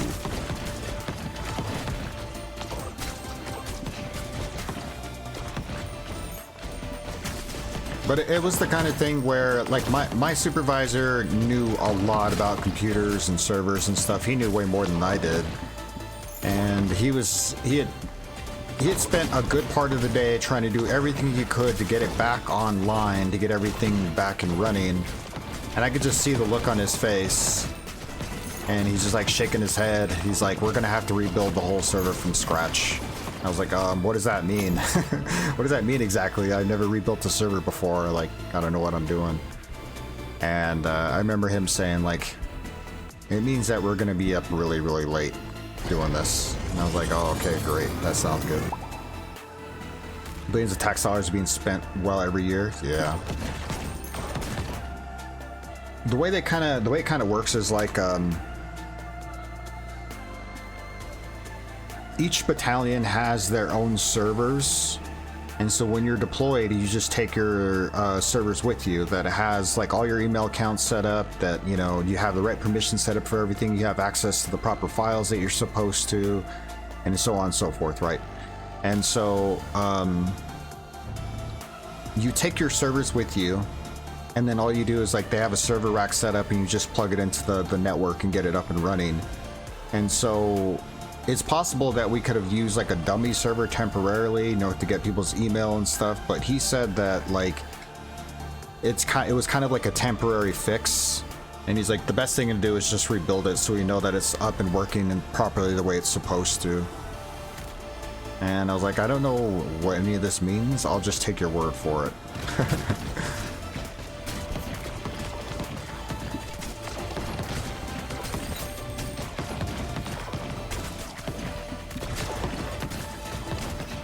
Absolutely wild that you bring actual physical servers with you.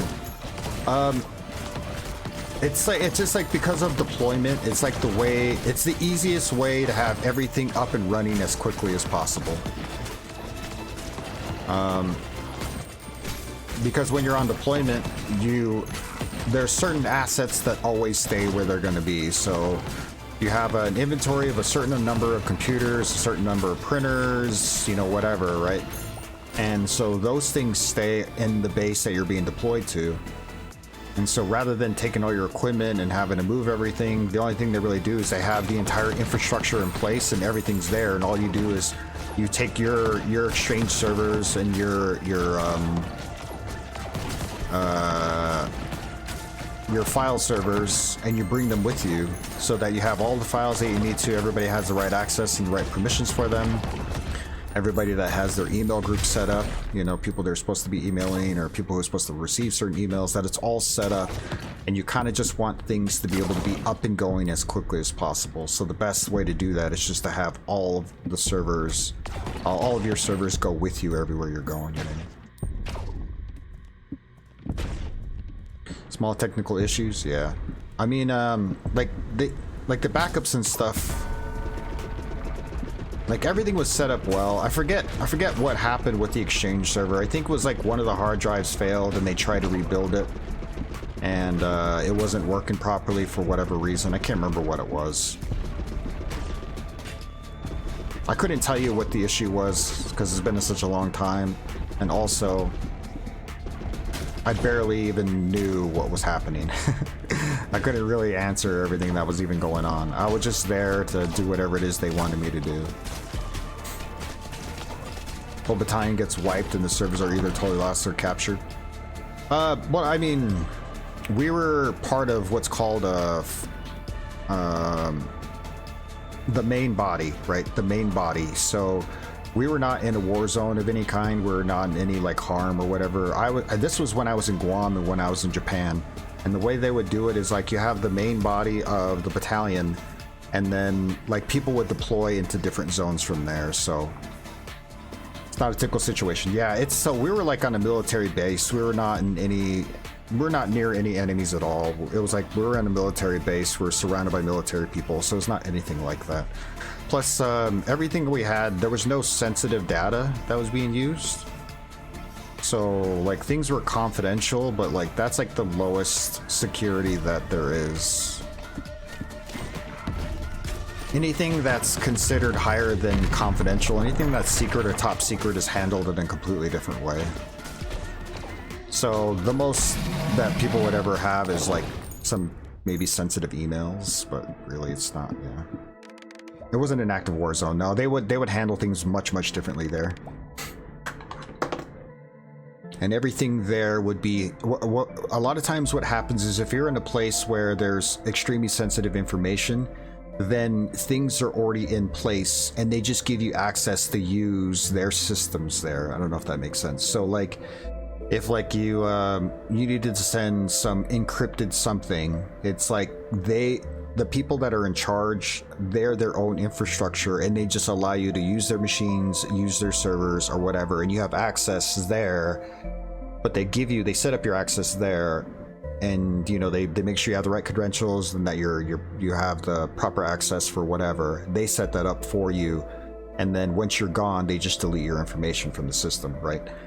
But where we were there, it's mostly for like, it's just mostly for communications, really. There wasn't like any sensitive information. Anything that was above confidential was always handled in a very different way.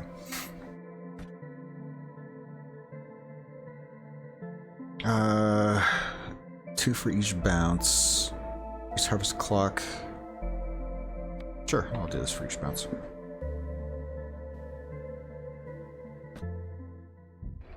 Stop encouraging this conversation just in case. Nah, it's okay. I mean, this was stuff from 20 years ago, so any information that I had is like so old. Everything's still like super outdated. Like this is like 20 years ago.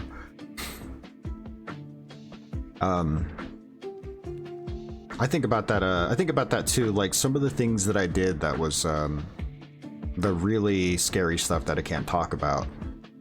I'm like, I still would never talk about that stuff. I would never go into any sort of detail, but I also think like that information is like so old. That equipment has been swapped out by now. Like any information that I had about like how the systems are set up, like that stuff is totally gone. So US said update their operational approaches.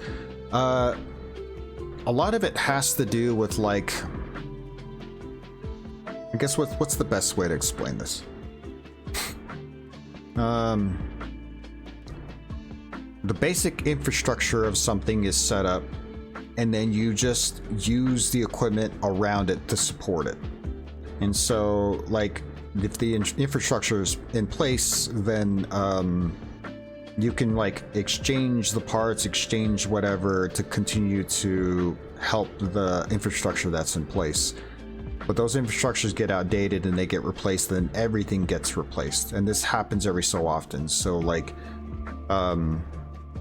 there were times when you had an old infrastructure in place for a specific reason. So you would have like old equipment, but that was on purpose. But for the most part, things that were really important that had sensitive information, those infrastructures would get changed regardless. And so any equipment or any information, any knowledge that I had wouldn't matter anymore because those infrastructures are long gone by now. They wouldn't have stuck to that kind of stuff. I don't know if that makes any sense. It would be like if I was an expert at Windows 98. Like that's not going to help anybody that's using Windows 10. Like I could tell people where the start button is, like that might help, but it's like a lot of the information that I knew was like long gone, man.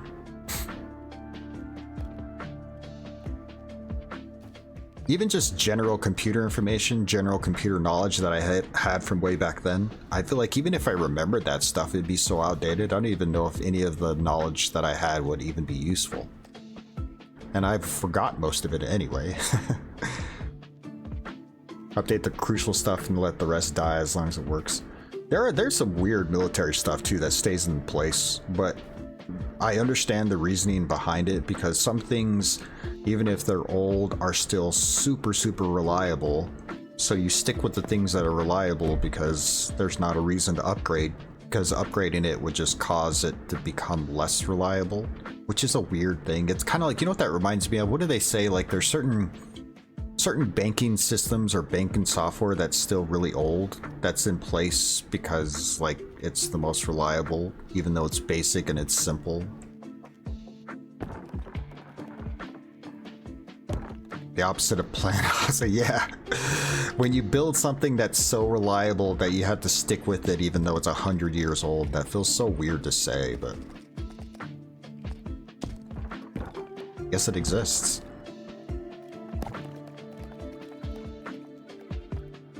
Kind of like the combustion engine. It's like that shit should have been outdated like a long time ago, but still we keep making them.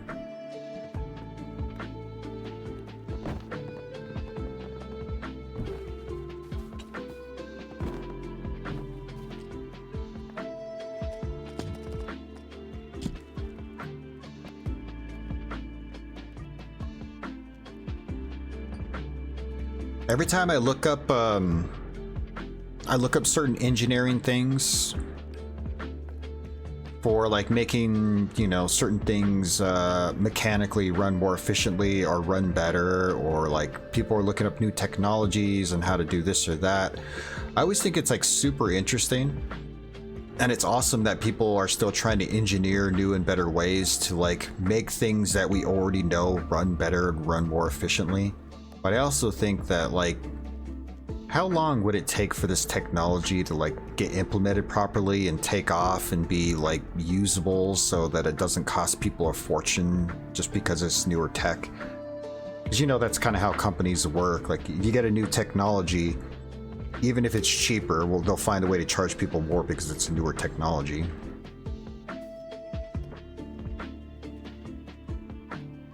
Isn't the mentality behind a lot of systems in the nuclear sites? Supposedly a lot of it runs on old tech specific because they didn't hook to the network to be accessed and hacked. Yeah, I think that's probably part of it for sure. I wouldn't be surprised if that's the case. I mean, I don't know anything about that stuff specifically. I'm not just saying that because, you know, I can't talk about certain things, but I would say that that probably makes a lot of sense. Certain systems are like, they're self-contained in a way that like you can't access any of that information unless you're on site anyway. So as long as the site itself is under very tight security, like there's no way people are going to access that information. And it's set up purposely that way. Level clearance? Not anymore.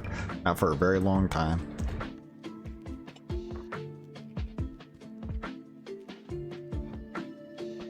I can't talk about what I had access to, but I did have access to things. Some things. I think I was so young and I was so naive and I kind of just didn't know what I was doing and like just kind of got thrown into stuff. But a lot of things I kind of look back, like the stuff that I did, and I go, I should have probably been more like freaked out about that kind of thing at the time. But it's like when you're so young and you're just kind of trying to like get through it, you're not really kind of stopping to think about what you're actually doing, you know, like what your role is and what you're supposed to do in your job. And then when you have time to take a step back, you're like, damn, that was actually kind of crazy what I did.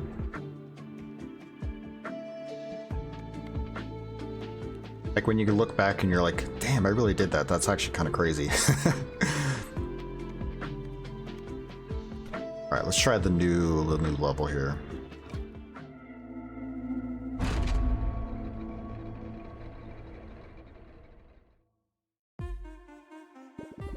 Ooh, I like this music.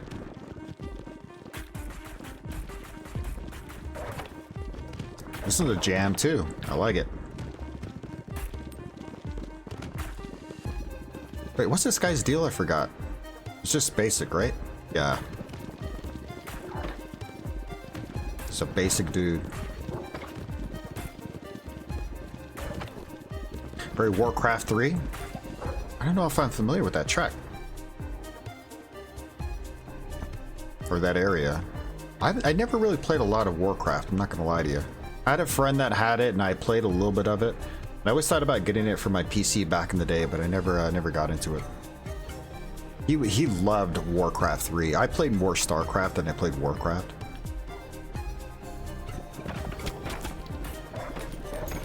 I always thought it would have been cool if they brought back Warcraft, like OG Warcraft, instead of World of Warcraft.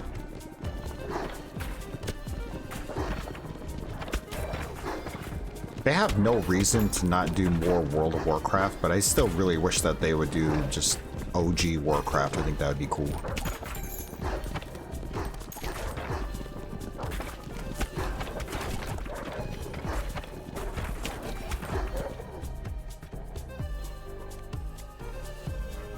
Look at the dance decays each time they bounce. Just do Broodmother, I guess. Haven't played in years. Have a vague memory. Very plain Savannah environment. Oh, okay. I might have to check that out. There's certain games that I think like, man, I know it's like really old and it's been a while, but I'd still like to get around to it one of these days. And I feel like Warcraft is one of those where like, man, one of these days I would still be really cool to like go check it out. The huts and spike fences. Yeah, I just remember watching my buddy going like, this looks really cool. He's like, oh yeah, if you want to check it out. This is actually back to the military. His name was John. And he had a laptop, I had a laptop, and so I remember one time he's like, yeah, if you want to try it out. And I remember tried like the first couple missions. I was like, oh, this is really cool. I'll have to get it at some point and play, and then I never did. A much younger person. Kind of like how there's certain games that you go back to now that you loved as a kid and you play it now, you're like, I don't know if it's because I'm older now or because I played so many games, like maybe a combination of the two, that I don't remember it. Like I remember it being like amazing, and this is not quite as amazing as I remember it. Attaches up to one which enemies hit 2 seconds bleed per second. Ooh. StarCraft stand, dude. I didn't even feel like it's like outdated. I don't think it's outdated at all. I think that there's certain games that just they age so well that you'll never convince me that they're not still amazing. And I feel like that's OG StarCraft. I've been wanting to go back through StarCraft 2. Did we talk about that? I never finished StarCraft 2. I need to, I've been thinking about like reinstalling StarCraft 2 and just doing like a playthrough off stream. I don't know if I'd play it on stream, but probably off stream.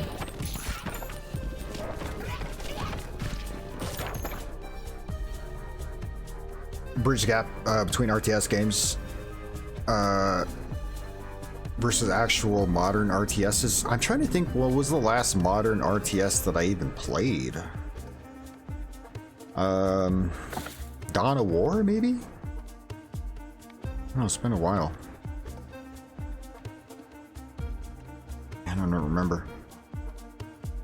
It must certainly be an off-stream thing for you too. Yeah, I mean, for a while there, you know, I was playing the StarCraft HD and going through, and it was fun, but you know what I realized playing that is it's not that I was worried that people wouldn't watch or people didn't care for StarCraft.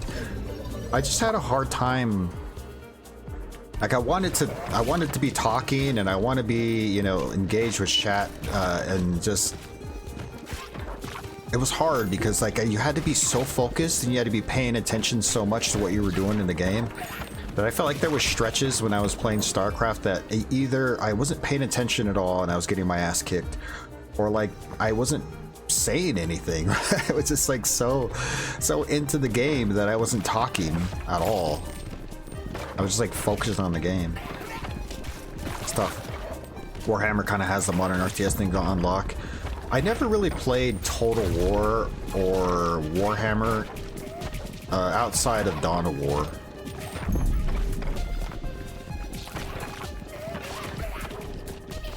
You know what game I do want to try that's an RTS that it has pretty good reviews? It's on sale right now. Dune... What is it called? Hold on.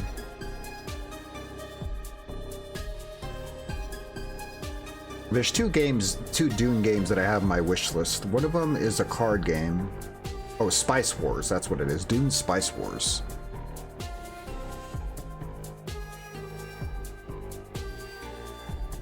My actions per minute. I knew what you meant, I knew what you meant. But yeah, Dune Spice Wars looks really cool. I've been wanting to check it out. And the other one is, the card game is, what is it called? Dune Imperium. That's another one I've been wanting to check out. Those have been on my wish list for a while. And every now and then they're on sale and I'm like, should I wait? Should I get it? I'm like, I'll just wait, and then I just don't.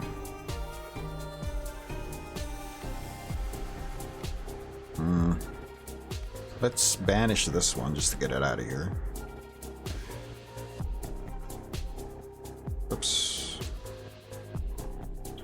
Cancel. Roll. I guess I could do iron, so I could do that shotgun.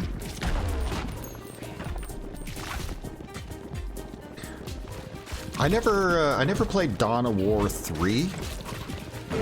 I always heard it was pretty good. It wasn't as good as like 1 and 2, which I thought were pretty good. So I skipped Dawn of War 3, but I might buy Dawn of War 4. It looks pretty cool. Dense field of wheat that's wheat with higher regrowth and rate and capacity. I can't read. But yeah, M Coffee, if you haven't played Dawn of War, it's pretty fun. I really like how it's set up.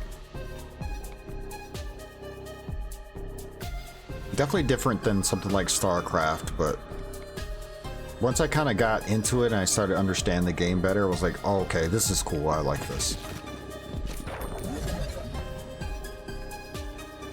Fire rate. Yeah, let's do fire rate.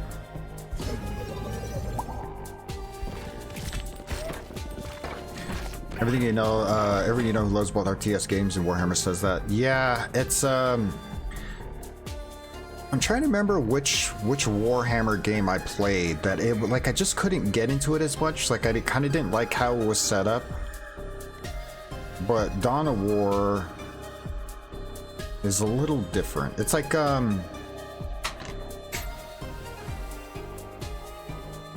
you know, like one of the things that I like about StarCraft versus like certain other games is that you have individual units that you can either group together, so you can have a nice big group of things, or if you just want to do individual units, you can do it. Whereas like Total War has a lot of like, you don't control individual units, you control groups of people, which maybe on some levels okay, but sometimes I just like to be able to control individual units so I can keep track of like less groups and I can just group them how I want them, you know what I mean? And then I feel like Dawn of War, the way it does it is like you have it's like you have a main leader and then you have troops that surround him, so you can still do individual troops and move them around, or you can do like a group. So it kind of like set up in a different way than Total War. I don't know if that makes any sense, but Shadow of the Horned Rat. I never heard of that one. Interesting. Man, now that we're talking about RTSs, now I want to play RTSs.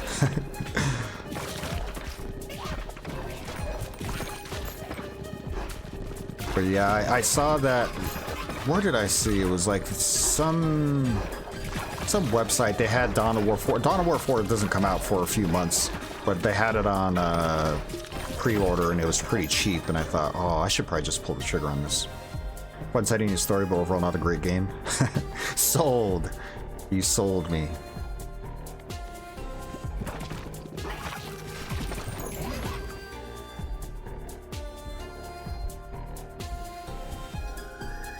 Let's try this. No. All right, let's do an evolution then. Oh, this is new. A cell and an egg sac. What does this do for me? Oh, that thing looks gross. Voluptuous egg sac. Looks very voluptuous. Blows a 2/3 egg sacs hitting an enemy has 3-second cooldown. Okay. Very voluptuous.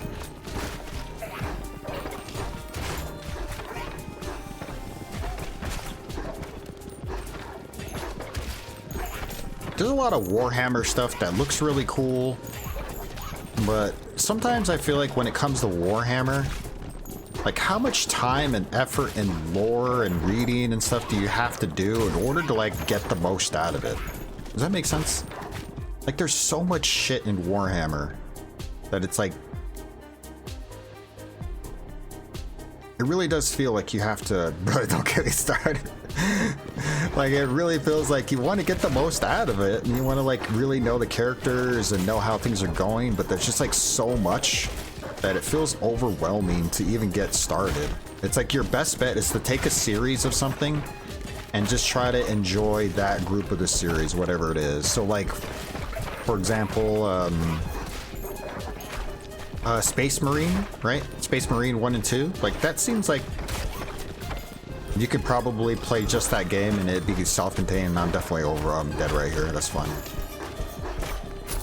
Yeah, that was rough. I get my ass kicked. 40k lore especially. Stay away from those people. Yeah, I kind of felt like that was happening. I could see myself slowly like, this is bad. I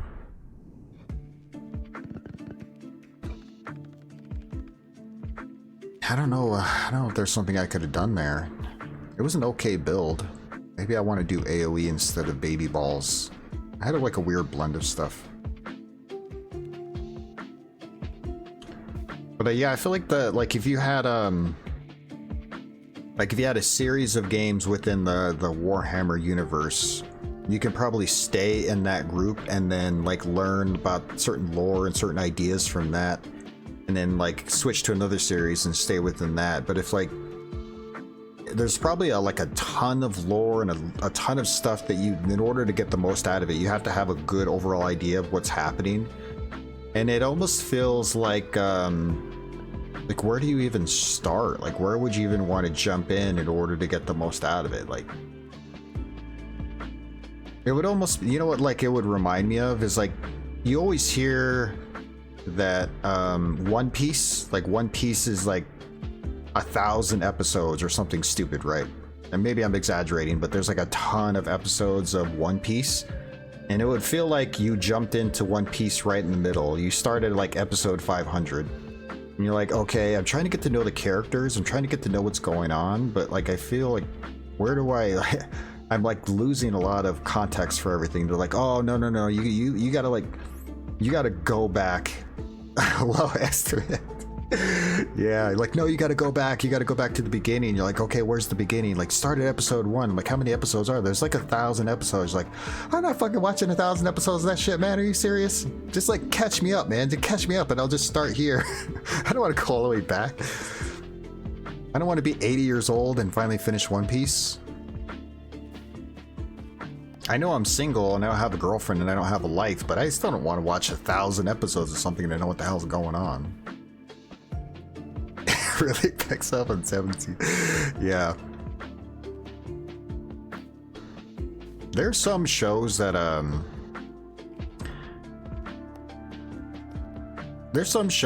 like are pretty decent, like the first season or whatever, and they're not bad, but they do get better and better as the season goes on. You know what a good example of that is Fringe. You ever seen Fringe? I love that show, Fringe. Let me move this around. Friend of mine tried to get into it, just couldn't be bothered. Humdrum ass anime. I imagine that it's probably good at some point where you get hooked and like the characters are great and you love it, but I'm just thinking like, how much time and effort do you have to put in before it gets to that point? Is it even worth it? It just takes so much time and work to get there. And this filler episode seems to drag on as bad as DBZ or Naruto. So like, I use Fringe as an example.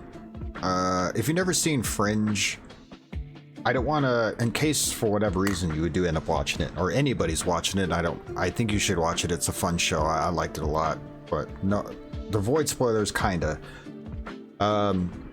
it started out so that I would say most of the first half, or I wouldn't even just say like close to 3/4 of the show,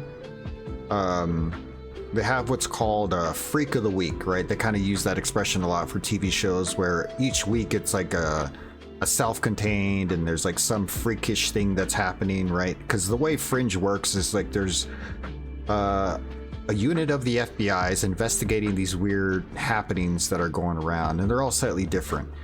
And in the beginning, you're like, okay, how are these connected? Are they connected in some way? Is there somebody behind this? Because like all these people are like separated and they're different. So at the beginning, you're kind of wondering like, is any of this stuff connected?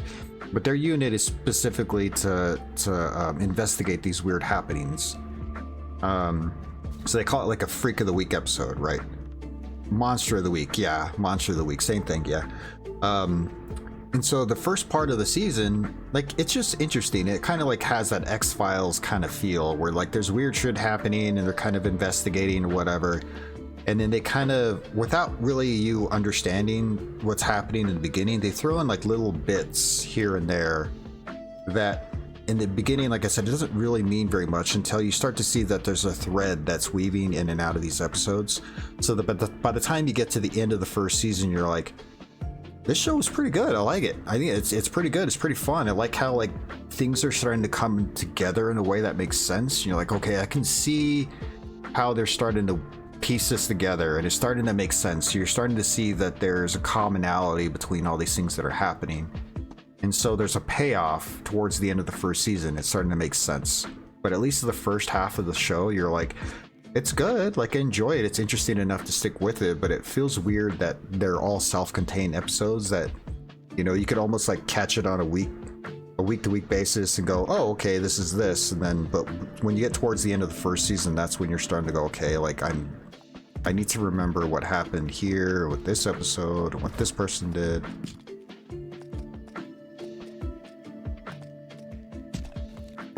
I'm kind of getting to the point where I need to expand. That's probably good enough.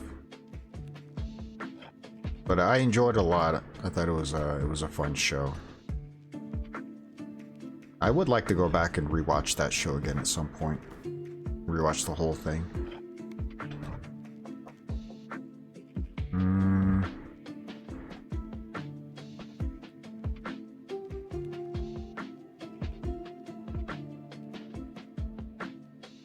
Let me do this here. I guess we'll do it here. Don't have enough. Oh, I don't have enough. Shit. I didn't even realize. I guess I'll do that in the next round.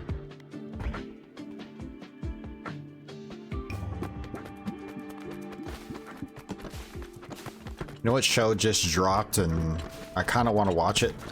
And I'm curious if it's any good. I was hesitant about it. But Spider Noir, the black and white Spider-Man with Nicolas Cage.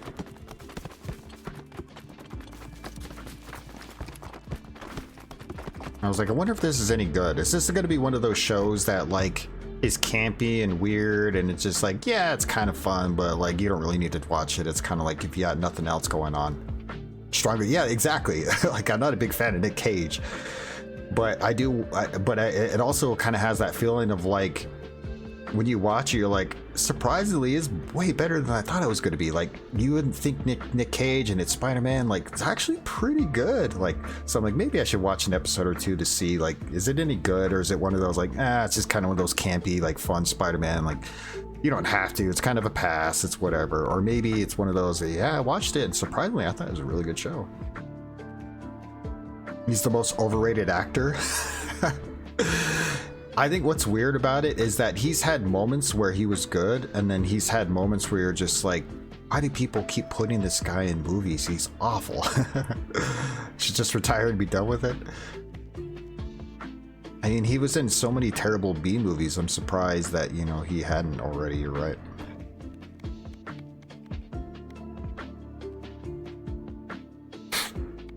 I wonder at what point did he decide, like, I'm just gonna lean into the weird campiness of it? Or if he was just like, I want to keep working and this is just all there is. You don't know if you buy that? Maybe he doesn't accept every script that there is, but maybe if he's just like interested enough and they're paying him, he's just kind of like, I don't know, seems interesting, and I'm just gonna go for it. Like some actors, when they get good enough and they're good enough as actors and people want them, they're in demand, they kind of a little more careful about what they want to do. They're trying to be careful to make sure like the role is right, it's what they want to do, that they're committed, and that, you know, all that stuff. And then some actors are just like, ah, seems cool, let's go for it. I have time, I got nothing else going on, let's go. When you're related to Coppola, you don't have to work for a living. Yeah. Yeah, I don't know. I'd be interested to, like, I haven't been keeping up with Nick Cage at all, obviously, but I'd be curious to know, like, did he know that, like, yeah, I know I'm not the best actor there is, and, you know, but, so I decided I'm just gonna lean into the campiness of it. I'm gonna lean into my own cringe and just go for it.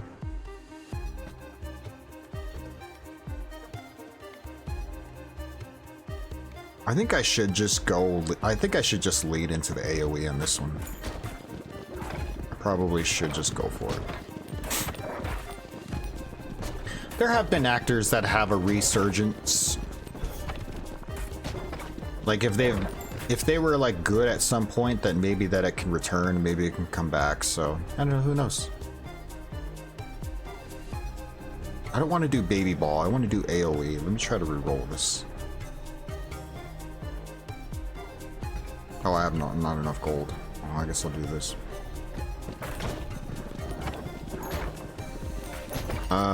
What's a good example? Like Brendan Fraser, I guess? Although apparently Brendan Fraser kind of got blacklisted because of, what was it, Harvey Weinstein? Is that what it was?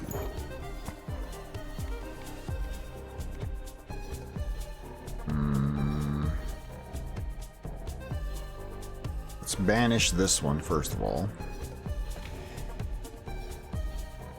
And a reroll.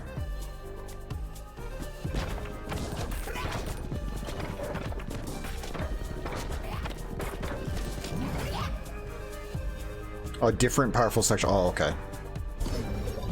That's pretty shitty too. A pretty shitty thing that happened to him.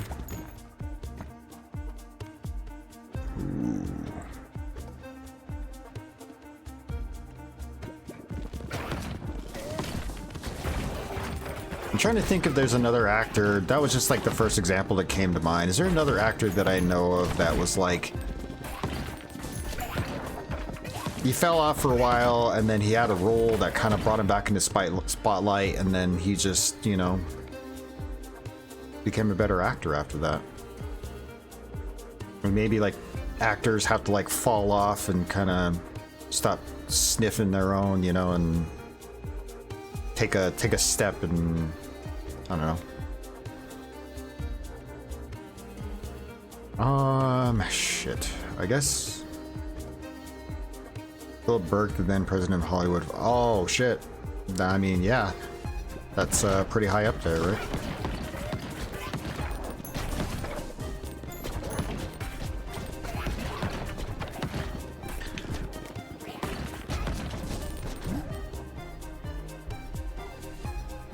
It makes you wonder, at least it makes me wonder, like people like that have been in power for a long time and woven their way through, you know, and just been, they're like so powerful that they can do those kinds of things, so it takes a lot for those people to finally get outed and get taken down. And what it makes me wonder is, are there people like that around still, but you haven't heard about them because they haven't been able to be taken down by anybody? Like, do those people still exist?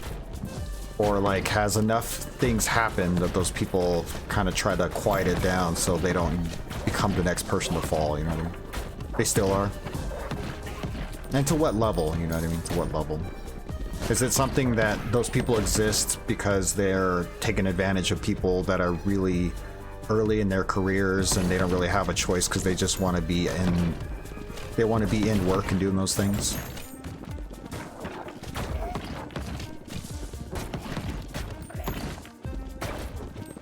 Pretty shitty. Of maybe 10% of the worst people out there. That wouldn't be surprising to me.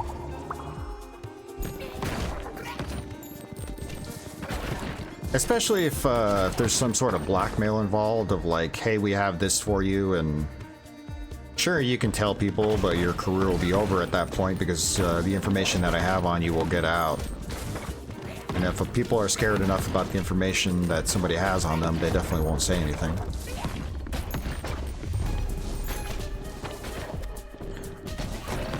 I'm doing okay right now, but I said that last time, I got my ass kicked. Giving a terrible person power is a terrible decision, but doesn't mean that the worst people have to have power. That is true.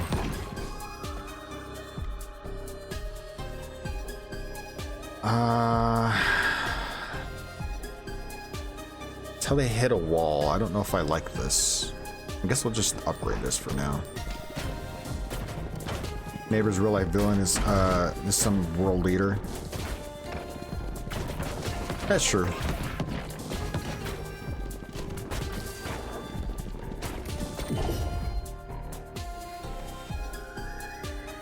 Definitely the magic staff. Hopefully I can get another AoE after this.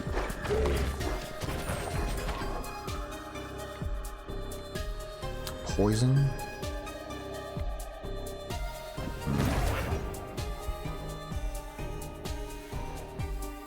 Let's do fission first. I'm worried if I get rid of all my powers without replacing it right away, I'm gonna regret it. Slingshot, baby ball.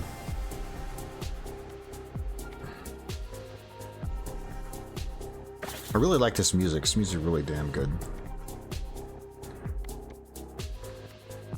2 nearest enemies when you're hit from close range. I might have to do this one. This might save my life. Maybe I'll just take this.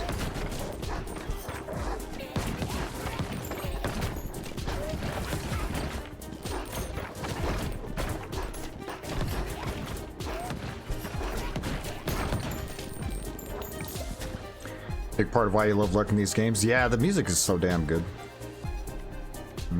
Let's do this one.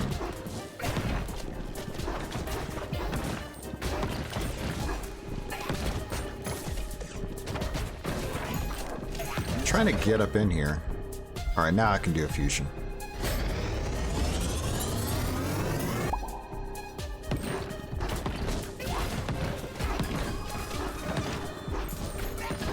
Gotta try to get an upgrade pretty quickly here.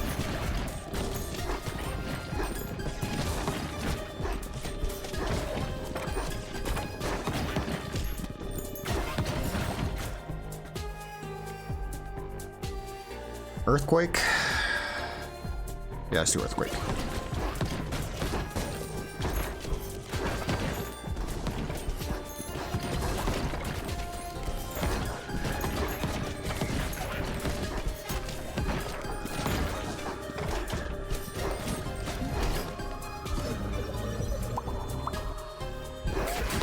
Not that good.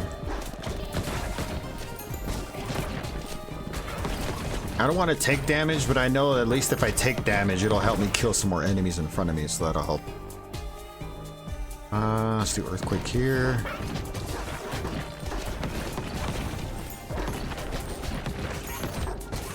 Alright. I'm doing better than last time, I think. I think right around this time is when we died, so...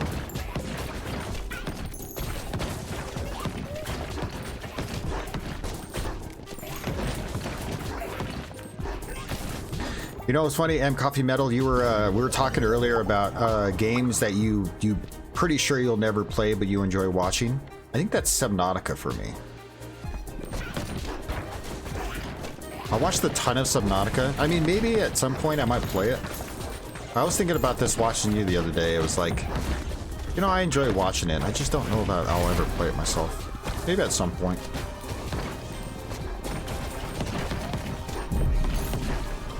What the hell is this guy? Pretty specific game. And it's not even that, like, it's not the kind of game where I go, oh, I mean, it seems cool, but I just don't know if it's for me. It's not even that. I mean, it looks cool, like I would really love it. I would enjoy it. It's just for some reason, I just don't know that I'll ever get to it.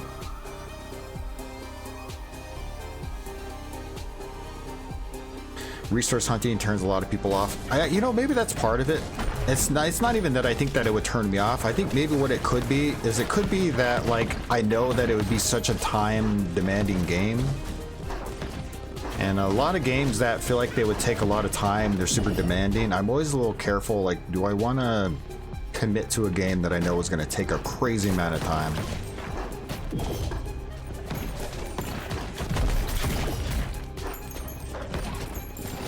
No, die.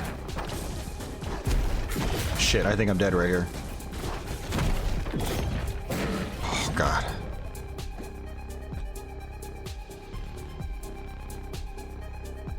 Not a good representative of somebody who plays okay quickly.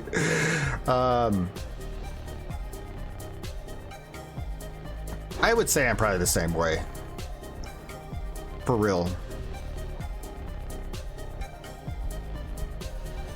I mean, I'm not a good representation of a person that, you know, completes games in any particular way.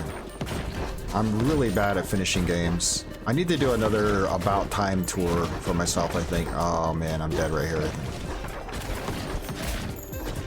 I have a lot of games in my backlog, and I can't start anything new until I finish something, but it's like...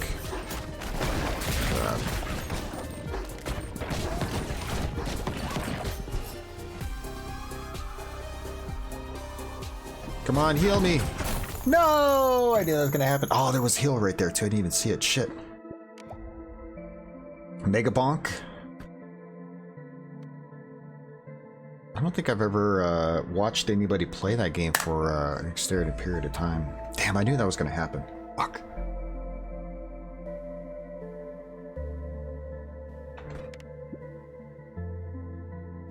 Man.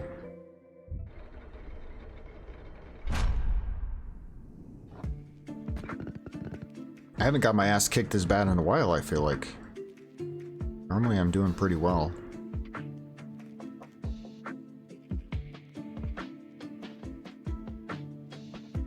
AoE power will improve faster. Maybe that's what I need to do.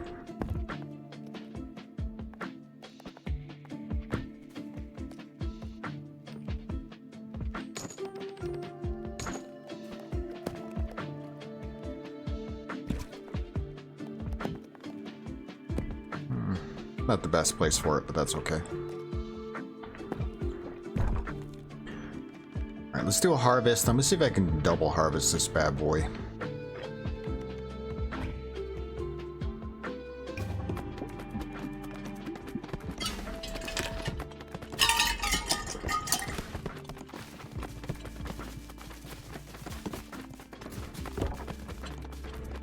Completely missing that building. Haven't hit it at all. That's great.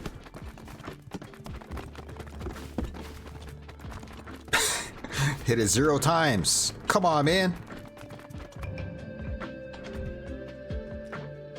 0 times. Great. This fucking building.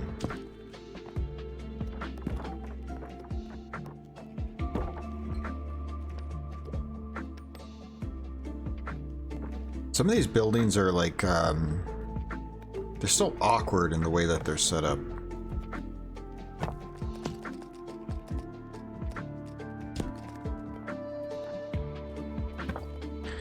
How they integrated the whole pinball aspect and even the town. Yeah, it's this game. I feel like I wish that I can be in some of those. It would be cool to be in some of those dev brainstorming things. You know, like, hey, what if we did this? This would be cool. Oh, we should try this. Or like, what about if we did something like this? And how much of some of these ideas were things that they came up with right away, or were the things that they're like, well, we need the player to be able to do this. How can we do this better? And like, how do people come up with certain ideas for things? Do they just straight up like, yeah, this is really cool, we should do this? Or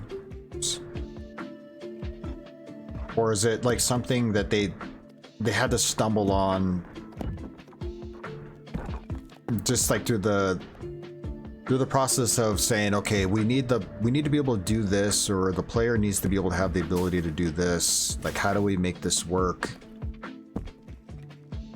Maybe we should implement a system, you know, to do it this way, or like when when you're coming up with these different ideas. And maybe it's one of those where like the devs are like, they just had a very solid idea of what they wanted the game to be, so when they went into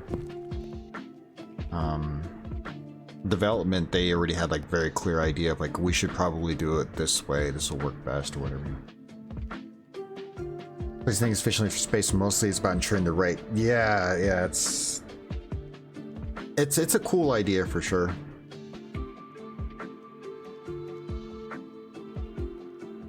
There's a lot of things like that that I would love to just be in like these meetings. I would love to just be in the room, a fly on the wall, to go, okay, what's the best way for us to get the player to do what we want them to do, or give the player the opportunity to do the things that we think are good and beneficial for them, to make it more fun, to make it more interesting.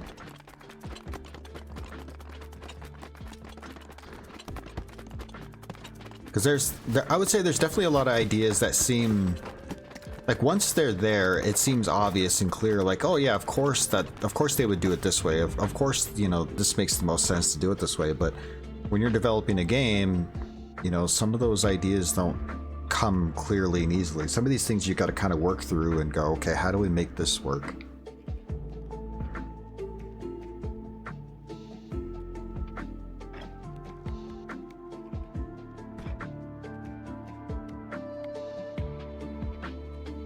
I think I'm going to do one more run with this guy and see how it goes. This might be my last one.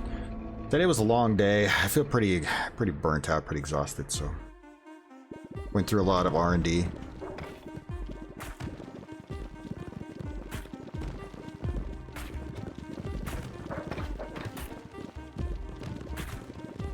I remember when I was making my short animated film, and I was the director, and I was trying to. One of the things I talked about early on with a lot of people that I worked with was that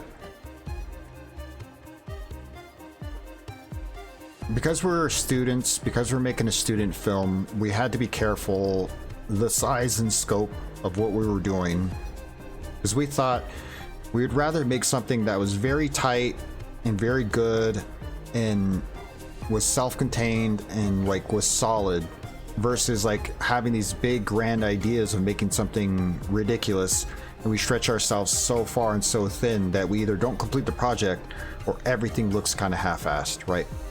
So it's like you have to like really kind of have a good solid plan of like, how big do you want it to be, how realistically how could we make what we want to do and not stretch ourselves thin. Because like we would love to make the most amazing thing ever made, but like we don't have the time or the experience, the know-how. Like there's a lot of limitations of what we can do, so we want to try to make the best we can do within that time frame, right? You're super vulnerable to that. I mean, I feel like a lot of artists are, where like you have an idea of like, this would be really cool, what if I did this, or what if that, and then like once it starts to get a little out of reach, you're like, I think maybe I bit off a little bit more than I can chew. And then so you have to make that tough decision of like, do I press on thinking I can still make this work somehow, or do you just humble yourself and say, you know what, I just think it's too much for me, I really got to pull myself back. I think I really thought that I can do more than I could, and I need to be a little bit more realistic that this is going to be harder than I think it's going to be. But I remember making that short animated film, there's a lot of things that we had to work out how we were going to do something, either based on the fact that we didn't have the time to do more than what we wanted, or because we just didn't have the ability, like the experience. It's not something that we knew how to do. We can try to research it, or we could try to like figure it out, but some things you just knew that like we're just not good enough in our field in order to do this thing. So how do we make it work? How do we like fake it? Or like there's got to be some other way that we can make this look good, knowing that we are obviously limited in what we can do, you know? takes a lot to be able to make that determination with a clear head. It is really hard. It's like a cockiness about it sometimes too, right? I don't know about you, but sometimes there's a cockiness of like, I think I can do this. I can make it work. And like having to finally say, you know what, I don't think that I can.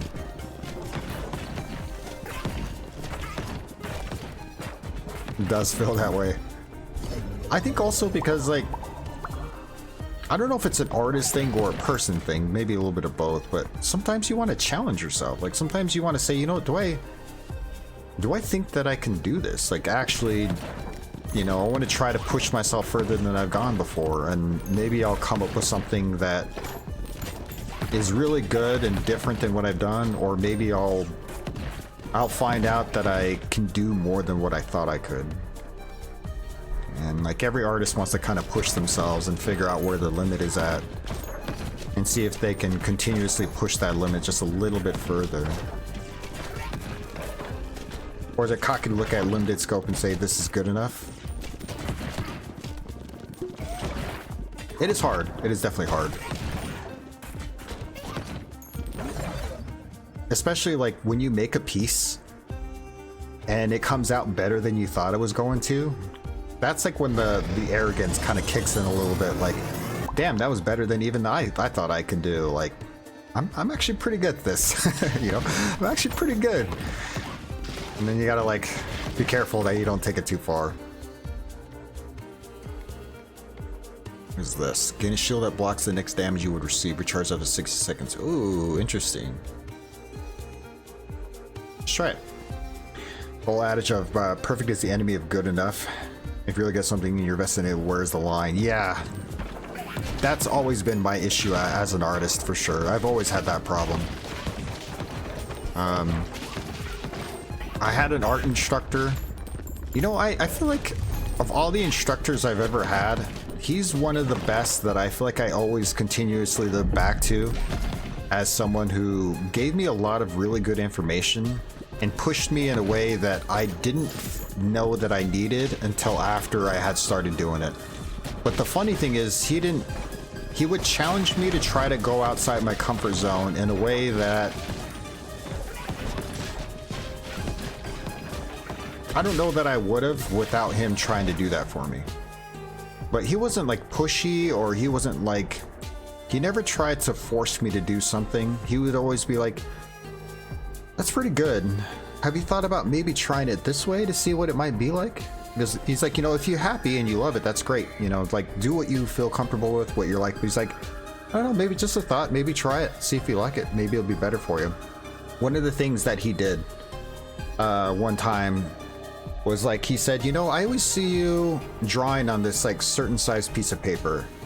And he says, and I know you feel comfortable because that's what you've always kind of done. And it looks great, like your work is great. And he said, but you ever thought about going big? And I was like, well, how big? And he's like, as big as you want to go. He said, you know, you'd be surprised, he said, how your perspective changes when you have to go bigger. He said, you know, try it. He's like, maybe you try it, it's not for you. You could always go back to what you feel comfortable with, but, you know, try it. Maybe try to go bigger. And I remember the first time I went much, much bigger with my drawing. It was bigger than anything I'd ever done. And I was just like, I liked it. And I was like, I've never done anything this big before, but I liked it. It was harder. It was more challenging because it's something I'd never done, but there was also aspects of it that were easier. I was a little bit more forgiving because when you try to put a lot of detail in this tiny little piece versus making it bigger. Yeah, so it was different challenges. There were some things that were easier, some things that were harder, but it really changed how I viewed things. Just that one simple thing changed a lot. But he had a lot of those little isms, you know, like, hey, try this, maybe try this. Mentor VR sounds similar. Took a step further, you would draw a series of clever ideas over and over, just blast them out. Then he would challenge us to take the iteration and have least like the least and develop that further. That is interesting, yeah.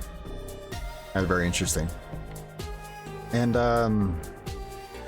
so yeah, so he would always challenge me to try to do different things that I was uncomfortable with, just to see if maybe I would like it more.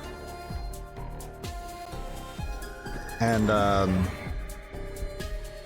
he would say something similar to like the perfect is the enemy of the good.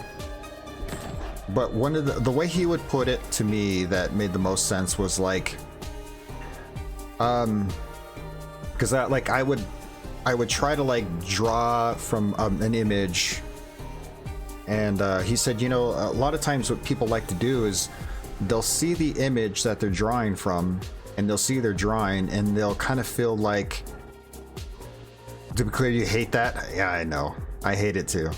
But I mean, sometimes it's very true. But like, so I would have an image that I was drawing from, and I'd have my drawing, right? And when I looked at them together, he would say you would always see it together, and there'd be a part of you that always feel like it was not good enough because it didn't look exactly like the thing you're trying to mimic. He said, but when people look at your artwork, you know, you're never going to have them side by side anyway. People are never going to see the original, they're just going to see your artwork. So if you were to take the image away and you just looked at your artwork, like, how does it look to you? He said, because maybe not only do you not want it to be perfect, but maybe it looks better when it's, you know, different. Like, what if you take that away completely and make it something that's your own? Does it you know, does it feel any better? Does it feel worse? And he said, because a lot of what you're trying to do is express your own feelings and ideas outside of the image that you're trying to get your reference art from. So you want it to be different anyway. Like, you want it to feel different. You want it to be your own. Especially in the context of trying to make an art piece and not a strict copy. Yeah, because his thing was like, I understand, you know, like you want to use like a reference image or whatever, and you want to oh shit, let's go. You want to have an idea of what it is you're trying to draw, you know, so you're not just trying to draw from memory. He said, but you know, you also still got to make it your own. You wouldn't always want it to be a one-for-one recreation. If that's what you're trying to do, and that's the point of what you're trying to do, that's great. But you know, more often than not, as artists, we're trying to make our own vision of what it is we're you know, what our creative ideas we're trying to put on paper, and then we got to make that our own. So you would never want it to be exactly like the original anyway.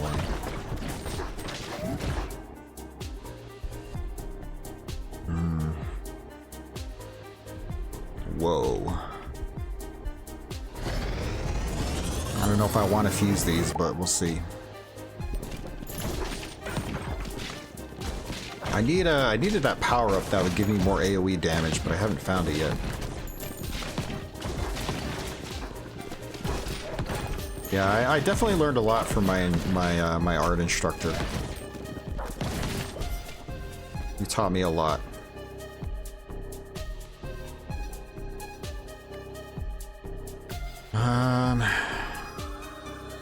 You have respect for people with technical skill that do photorealistic work, but you feel like there's a very specific way to go about illustration graphic work. Yeah.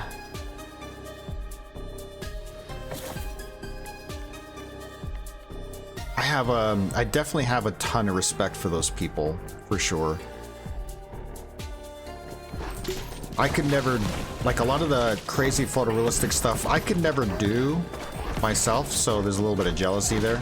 I can do pretty good stuff, but crazy photorealistic stuff, I think I realized a while ago that not only was I not as good as I wanted to be at it, but I wanted to make something my own, so I would never want to do that anyway.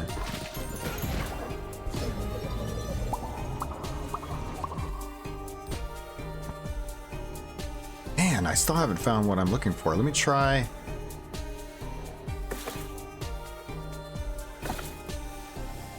Damn it. I'm looking for the AoE power-up, and I still haven't found it yet.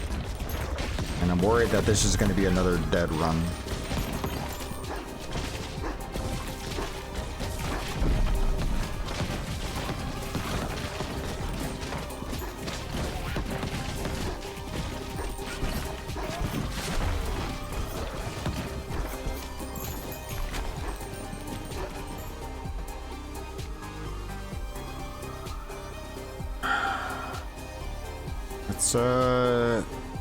Let's banish this one. Oops. Let's banish this one.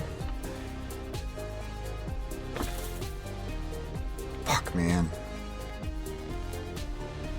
I have one banish left. Let's banish this one. We'll do one more reroll. No! Oh, God. Hold on, let me... Oh, I can't snooze the ads anymore. Why can't I snooze them? Looks like ads are gonna start, and I thought I had a snooze, but I guess I can't snooze it. Let me just take a quick break, and I'll come back, and we'll go from here. I don't want to miss anything. I gotta use the bathroom anyway, so give me a couple minutes. I'll be back.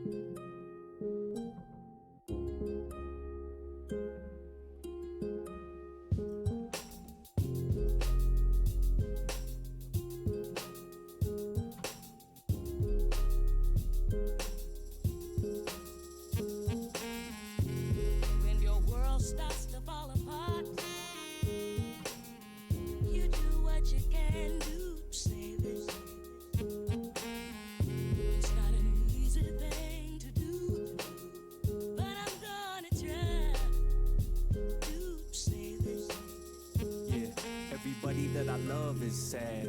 So either the world's fucked up or it's all my fault. Either way, that's bad.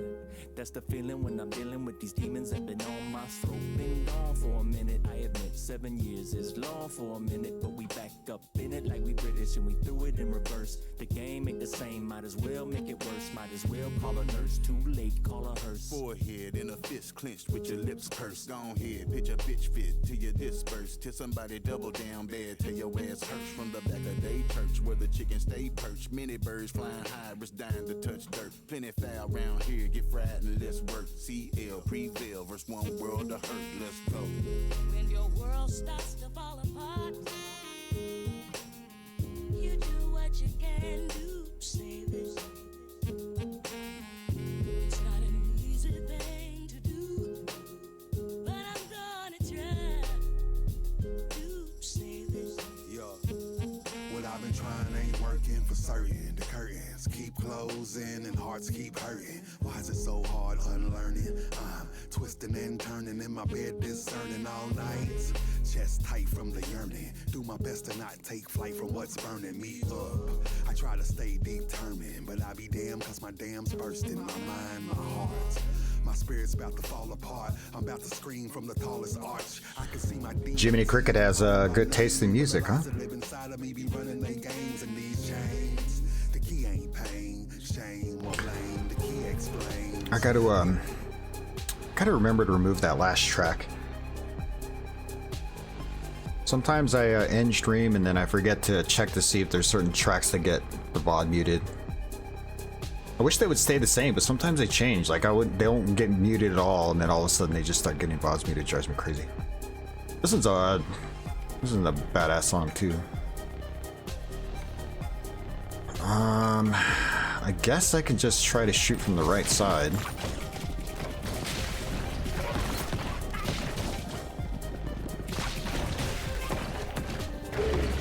go.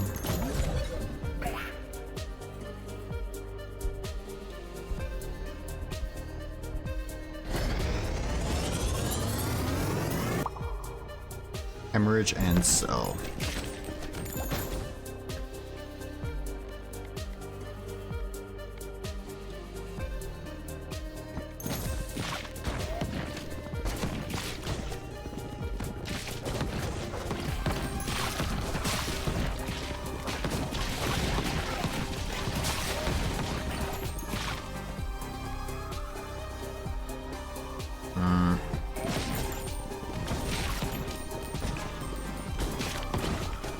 Wait, did I pick the wrong thing?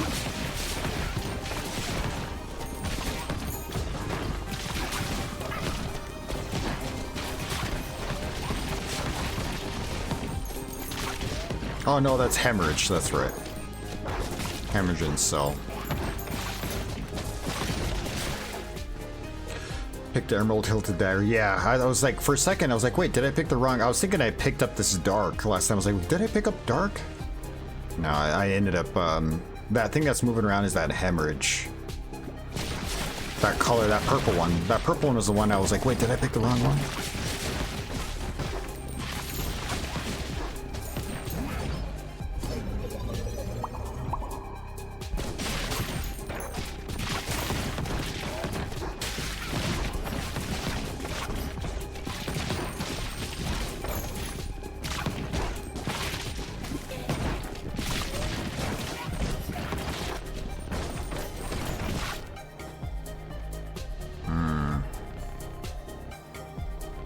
Sure.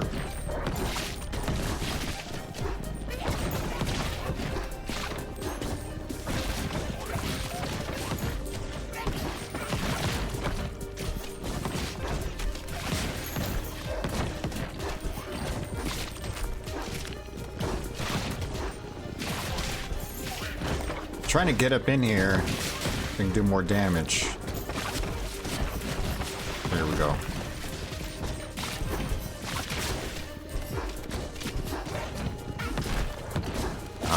I didn't mean to take that hit. Yeah, I don't know if I'm gonna make it. I think I lost again. I was hoping to get that AoE power up, and that would have helped a lot, because everything I have is AoE, but didn't make a difference. Give me a heal. No! Yeah. The one power up I needed, and I just couldn't find it, man. Is it gonna show?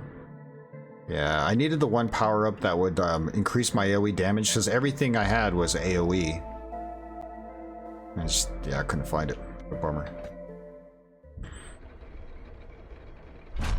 And I don't want to leave stream like this. I just died 3 times in a row.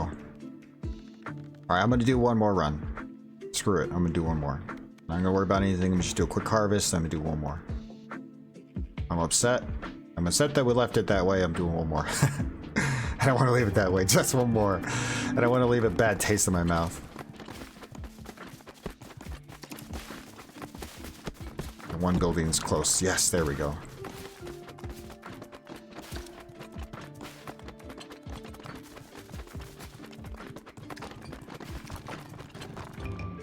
There we go. Speed that up.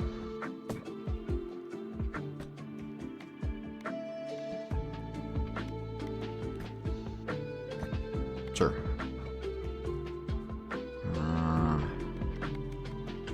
Alright, let's just go. Same guy, same place. Let's go.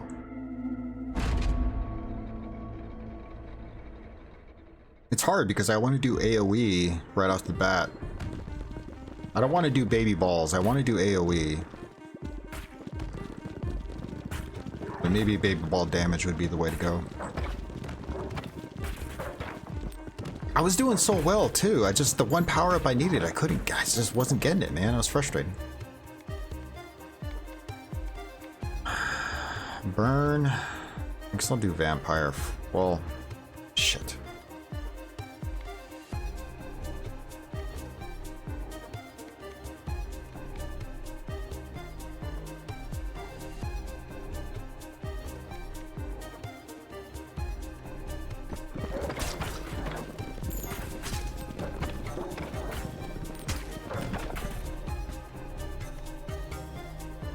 Breeze.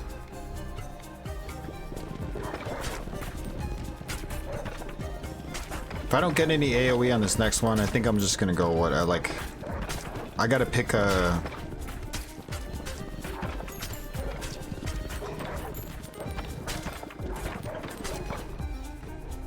Let's see. Same clone is used, thrown effigy. Like I spent a lot of my money early on trying to do rerolls early, and I should probably wait and save my money in case I need to like really reroll something. Vampire Lord. Yeah, we'll just do that right away. Open up some slots. Bleed and heal. Alright, I'll take it.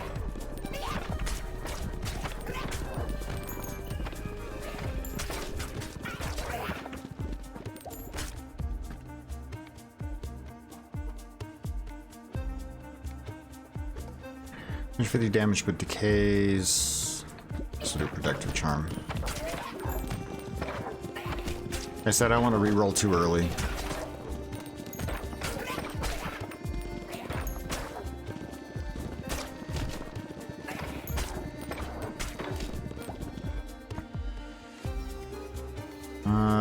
Let's banish this one for sure.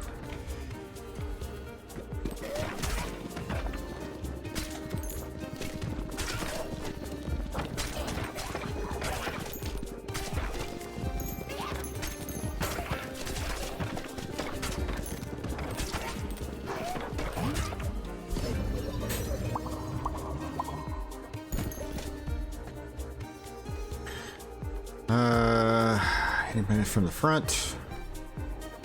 Do I want to do baby ball? I guess I'm getting egg sack. Let me do one reroll and see.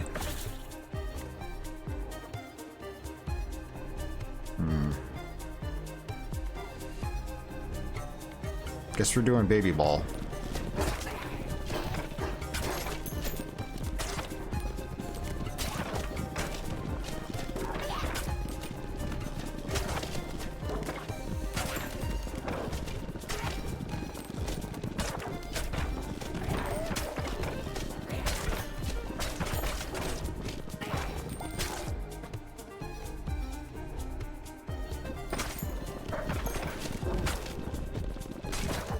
Now, if I just get the one charm that gives me more baby ball damage, I'll be good to go. And then we'll try to get some brood mothers.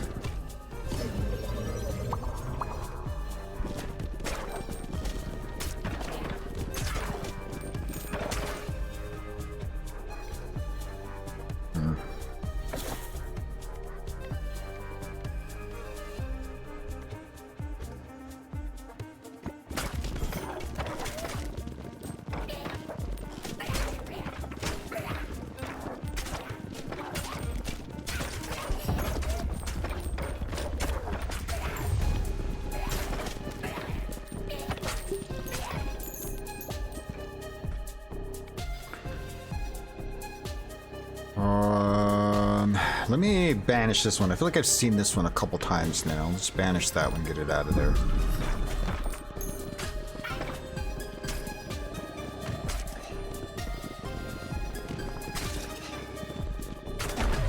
The enemy death notes are super satisfying.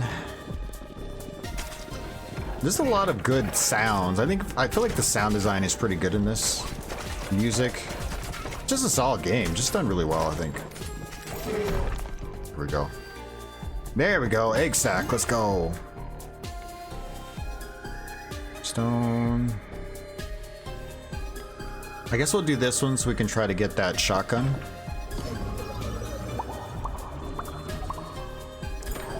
Man, that's pretty good. Fishing too. Love a good sack. Dark. No.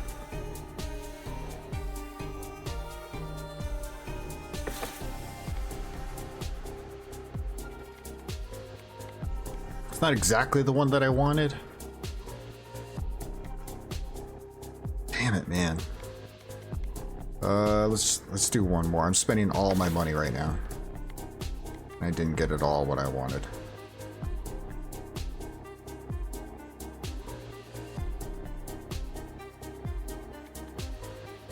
I guess at least I can do a synergy here. We'll do that.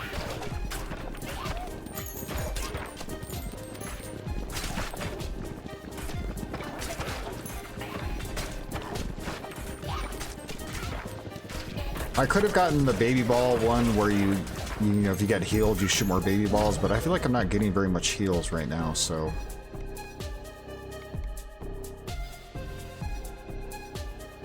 This might be good here. Pressure valve.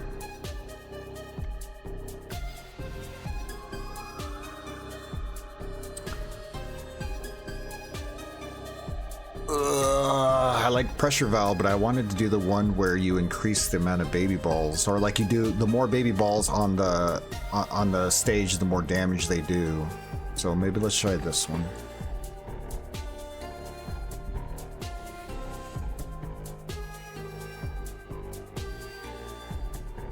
Should I do shotgun or should I try to do the hemorrhage? Let's do the shotgun.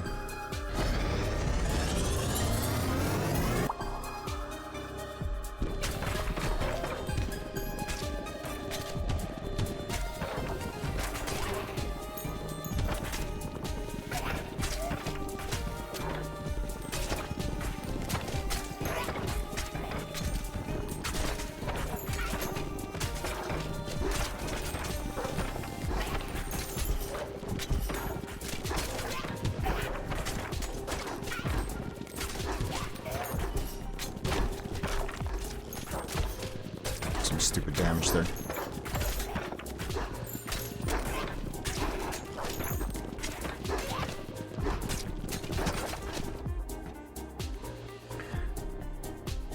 Crit chance, Richard Onion.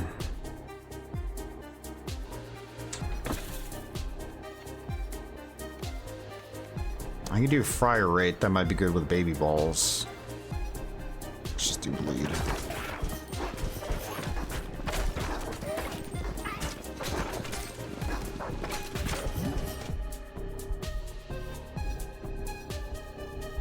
Probably a bad idea.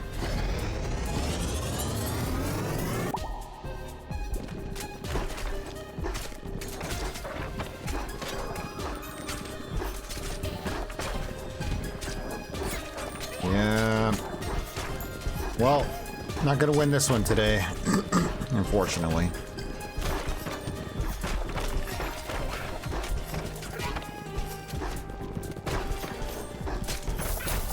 Yeah. Again, man, just didn't get what I was looking for. It's like you try to go for a specific type of build and it just doesn't work.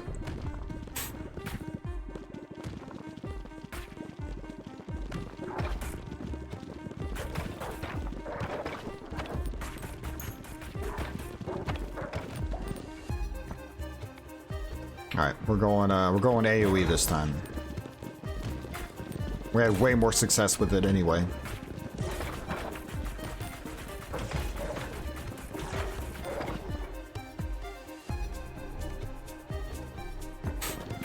Gotta sign off. Time for shot. Oh yeah, no problem, man. Thanks for hanging out. Thanks for keeping me company for a while. I appreciate it. I'm glad that you're gonna go buy Dawn of War and you're gonna play through it, man. That's awesome, dude. I'm happy for you. Hope you enjoy it. I hope it's fantastic. Last run? This is absolutely the last run. I'm not doing another one. I'm absolutely done after this.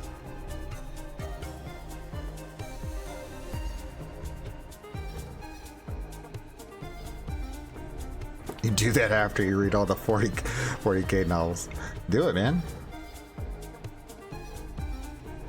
I think you should.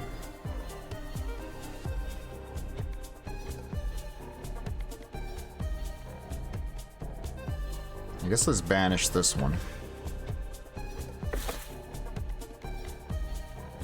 Right here. Check it out. M Coffee.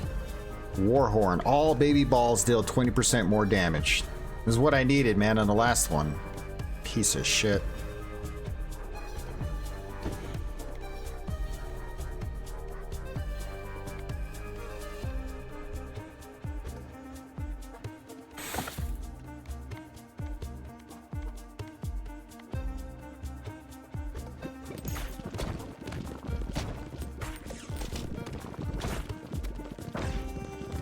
I should probably do the upgrade that'll allow me to do more banishes. One thing that's hard about banishes is like in the beginning there was like fewer items to choose from, so you usually got a lot of cool stuff that you were looking for, but then as you unlock more, there's more balls and there's more things to find, but it's also harder to find the ones you're looking for.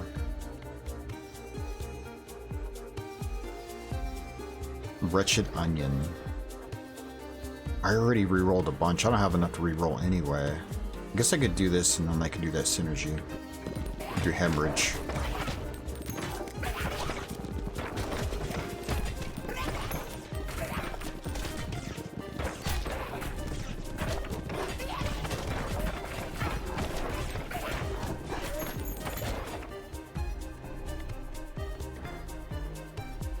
Movement speed, fire speed. Let's do this.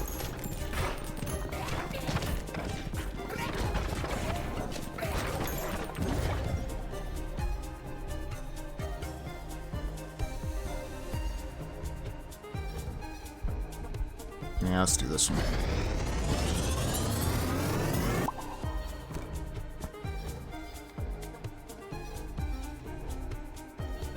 Since we're doing AoE damage, let's do this one, Ethereal Cloak. I think this would be good.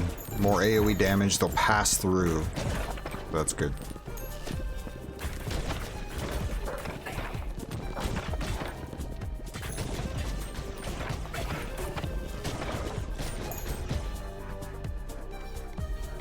And Pressure Valve.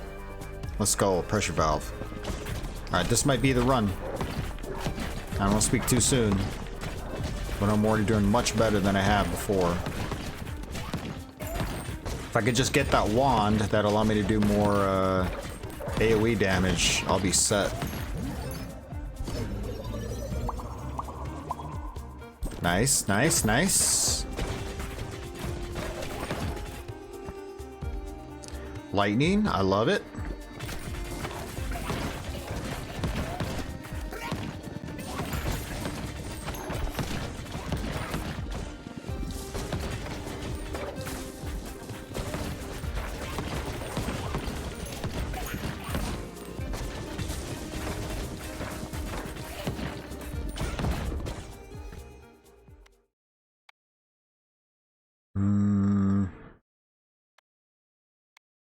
Pressure valve.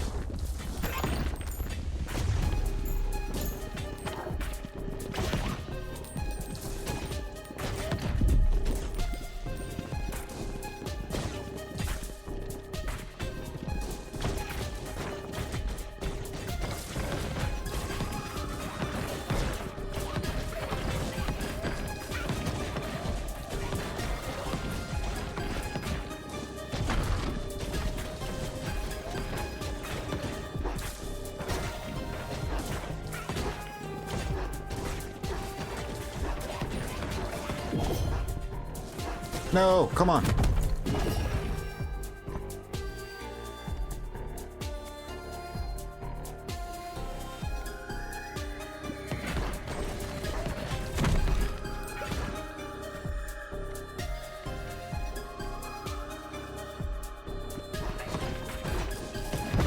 Oh, come on.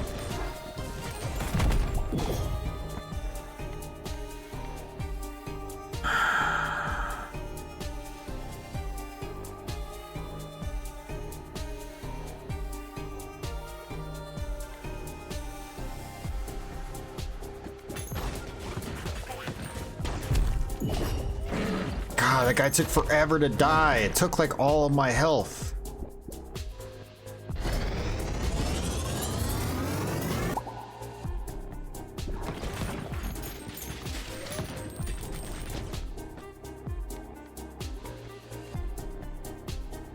Burn? I don't want any of these.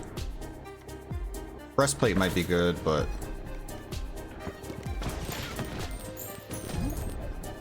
I'm still looking for that AoE, that wand. I forget what it's called. If I can get that wand, man, I'll be set.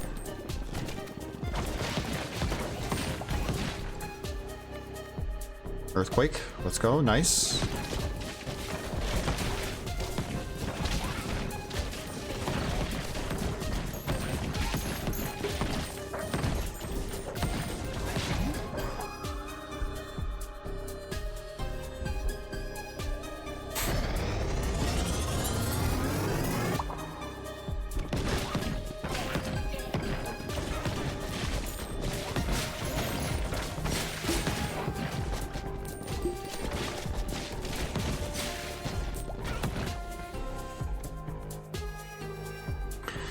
critical, that might be good, but man, I still really want to find that wand. If I can find that wand, I'll be set.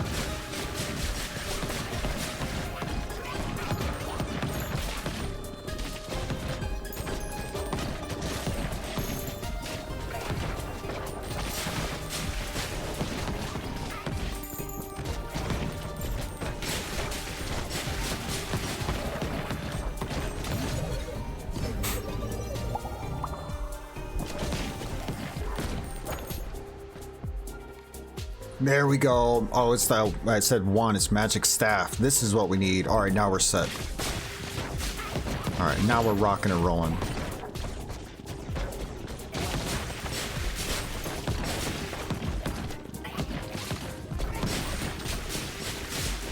All right.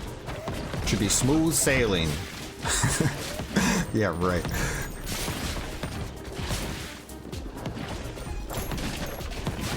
If I can get like lightning or some other AoE, another laser or something, I think I'll be good to go. But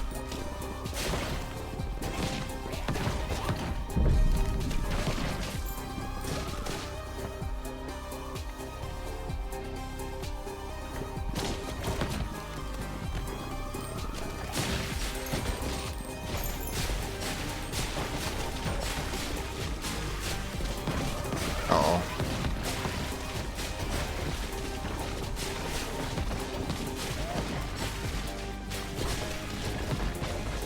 Uh-oh. This is bad. It's not good.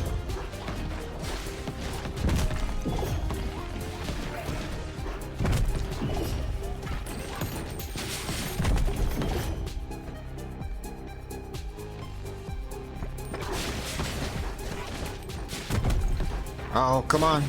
Come on. No, don't do this to me. Don't do this to me. Come on, no, don't do this to me. No! No! Oh, it's doing so good. Oh. I saw right away what was happening.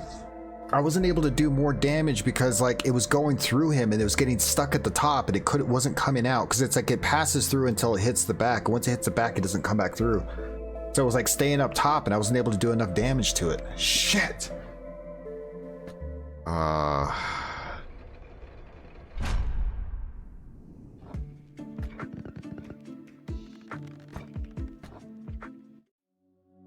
don't think I've ever done that bad in this game before. That was real bad. It says version 000. I don't know what that is. Let me see if maybe it says in the game. I'm not going to play this, by the way. I just want to see.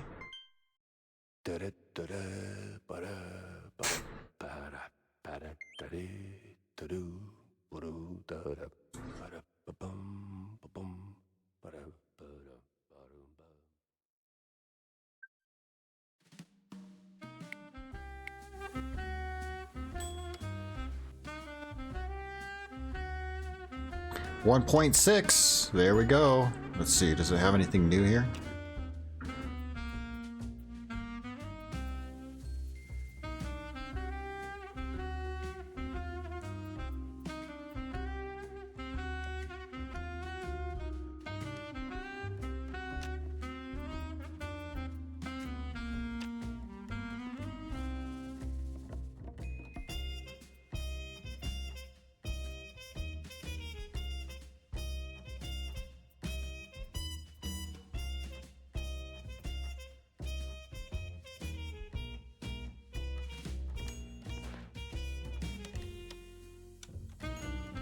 Again, I'm not going to play this. I just want to take a quick look. I've been waiting for this update for a while. Maybe we'll play this tomorrow. This might be a good one to play tomorrow.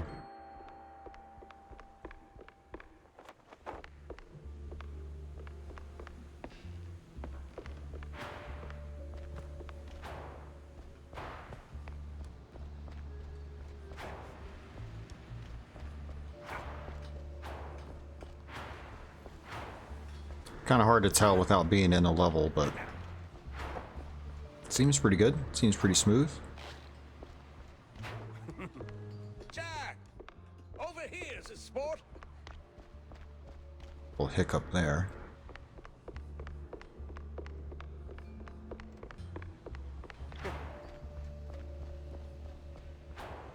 Another thing I could do is if something I thought about doing before too was if I think that it's starting to like it's still having issues and it's still not running super smooth and it starts like dropping frames pretty bad again, then I could always swap to quality mode instead of performance. But I was really hoping that things would be smooth and I won't have to worry about it, so I guess we'll see.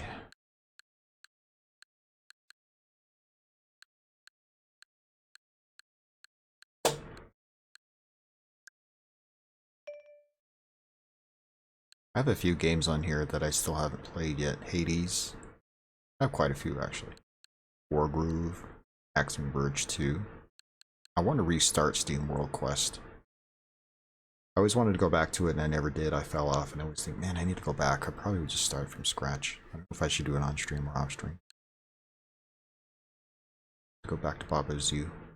Maybe tomorrow. I started Eastward. Never picked it back up.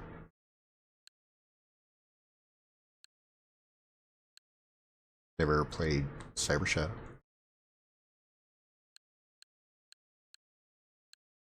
These two, Limbo and Inside, still haven't played these either. Horus, same thing. I have a lot of games that I have that I got for Switch 1 that I haven't played.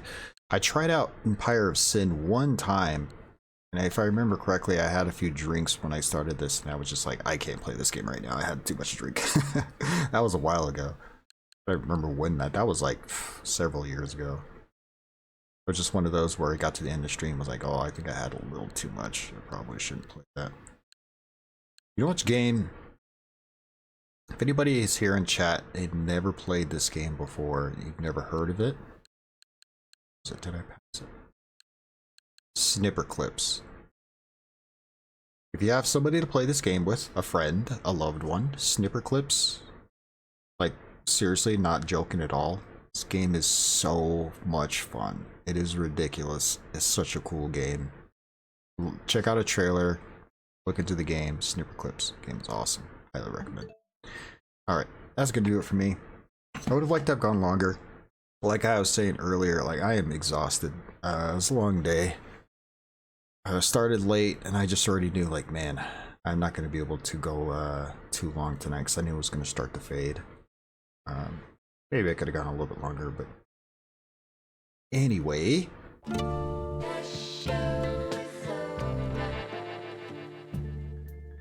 That is it for me. Thanks to anybody that was here hanging out, lurking. Kissy was here. M Coffee was here. Appreciate you guys. Thanks for keeping me company. Thanks for hanging out. It means a lot. I do not know what I'm going to be playing tomorrow. We'll see. I have a handful of games that I'd like to check out, but I think one of the worst things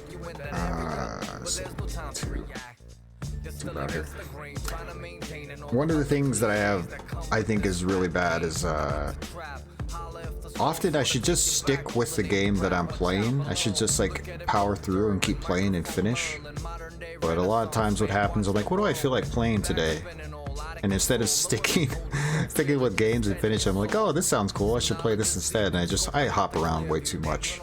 So I don't know what I'm gonna play tomorrow. I should probably just jump back into Mouse PI, I think, and play something else. We'll see.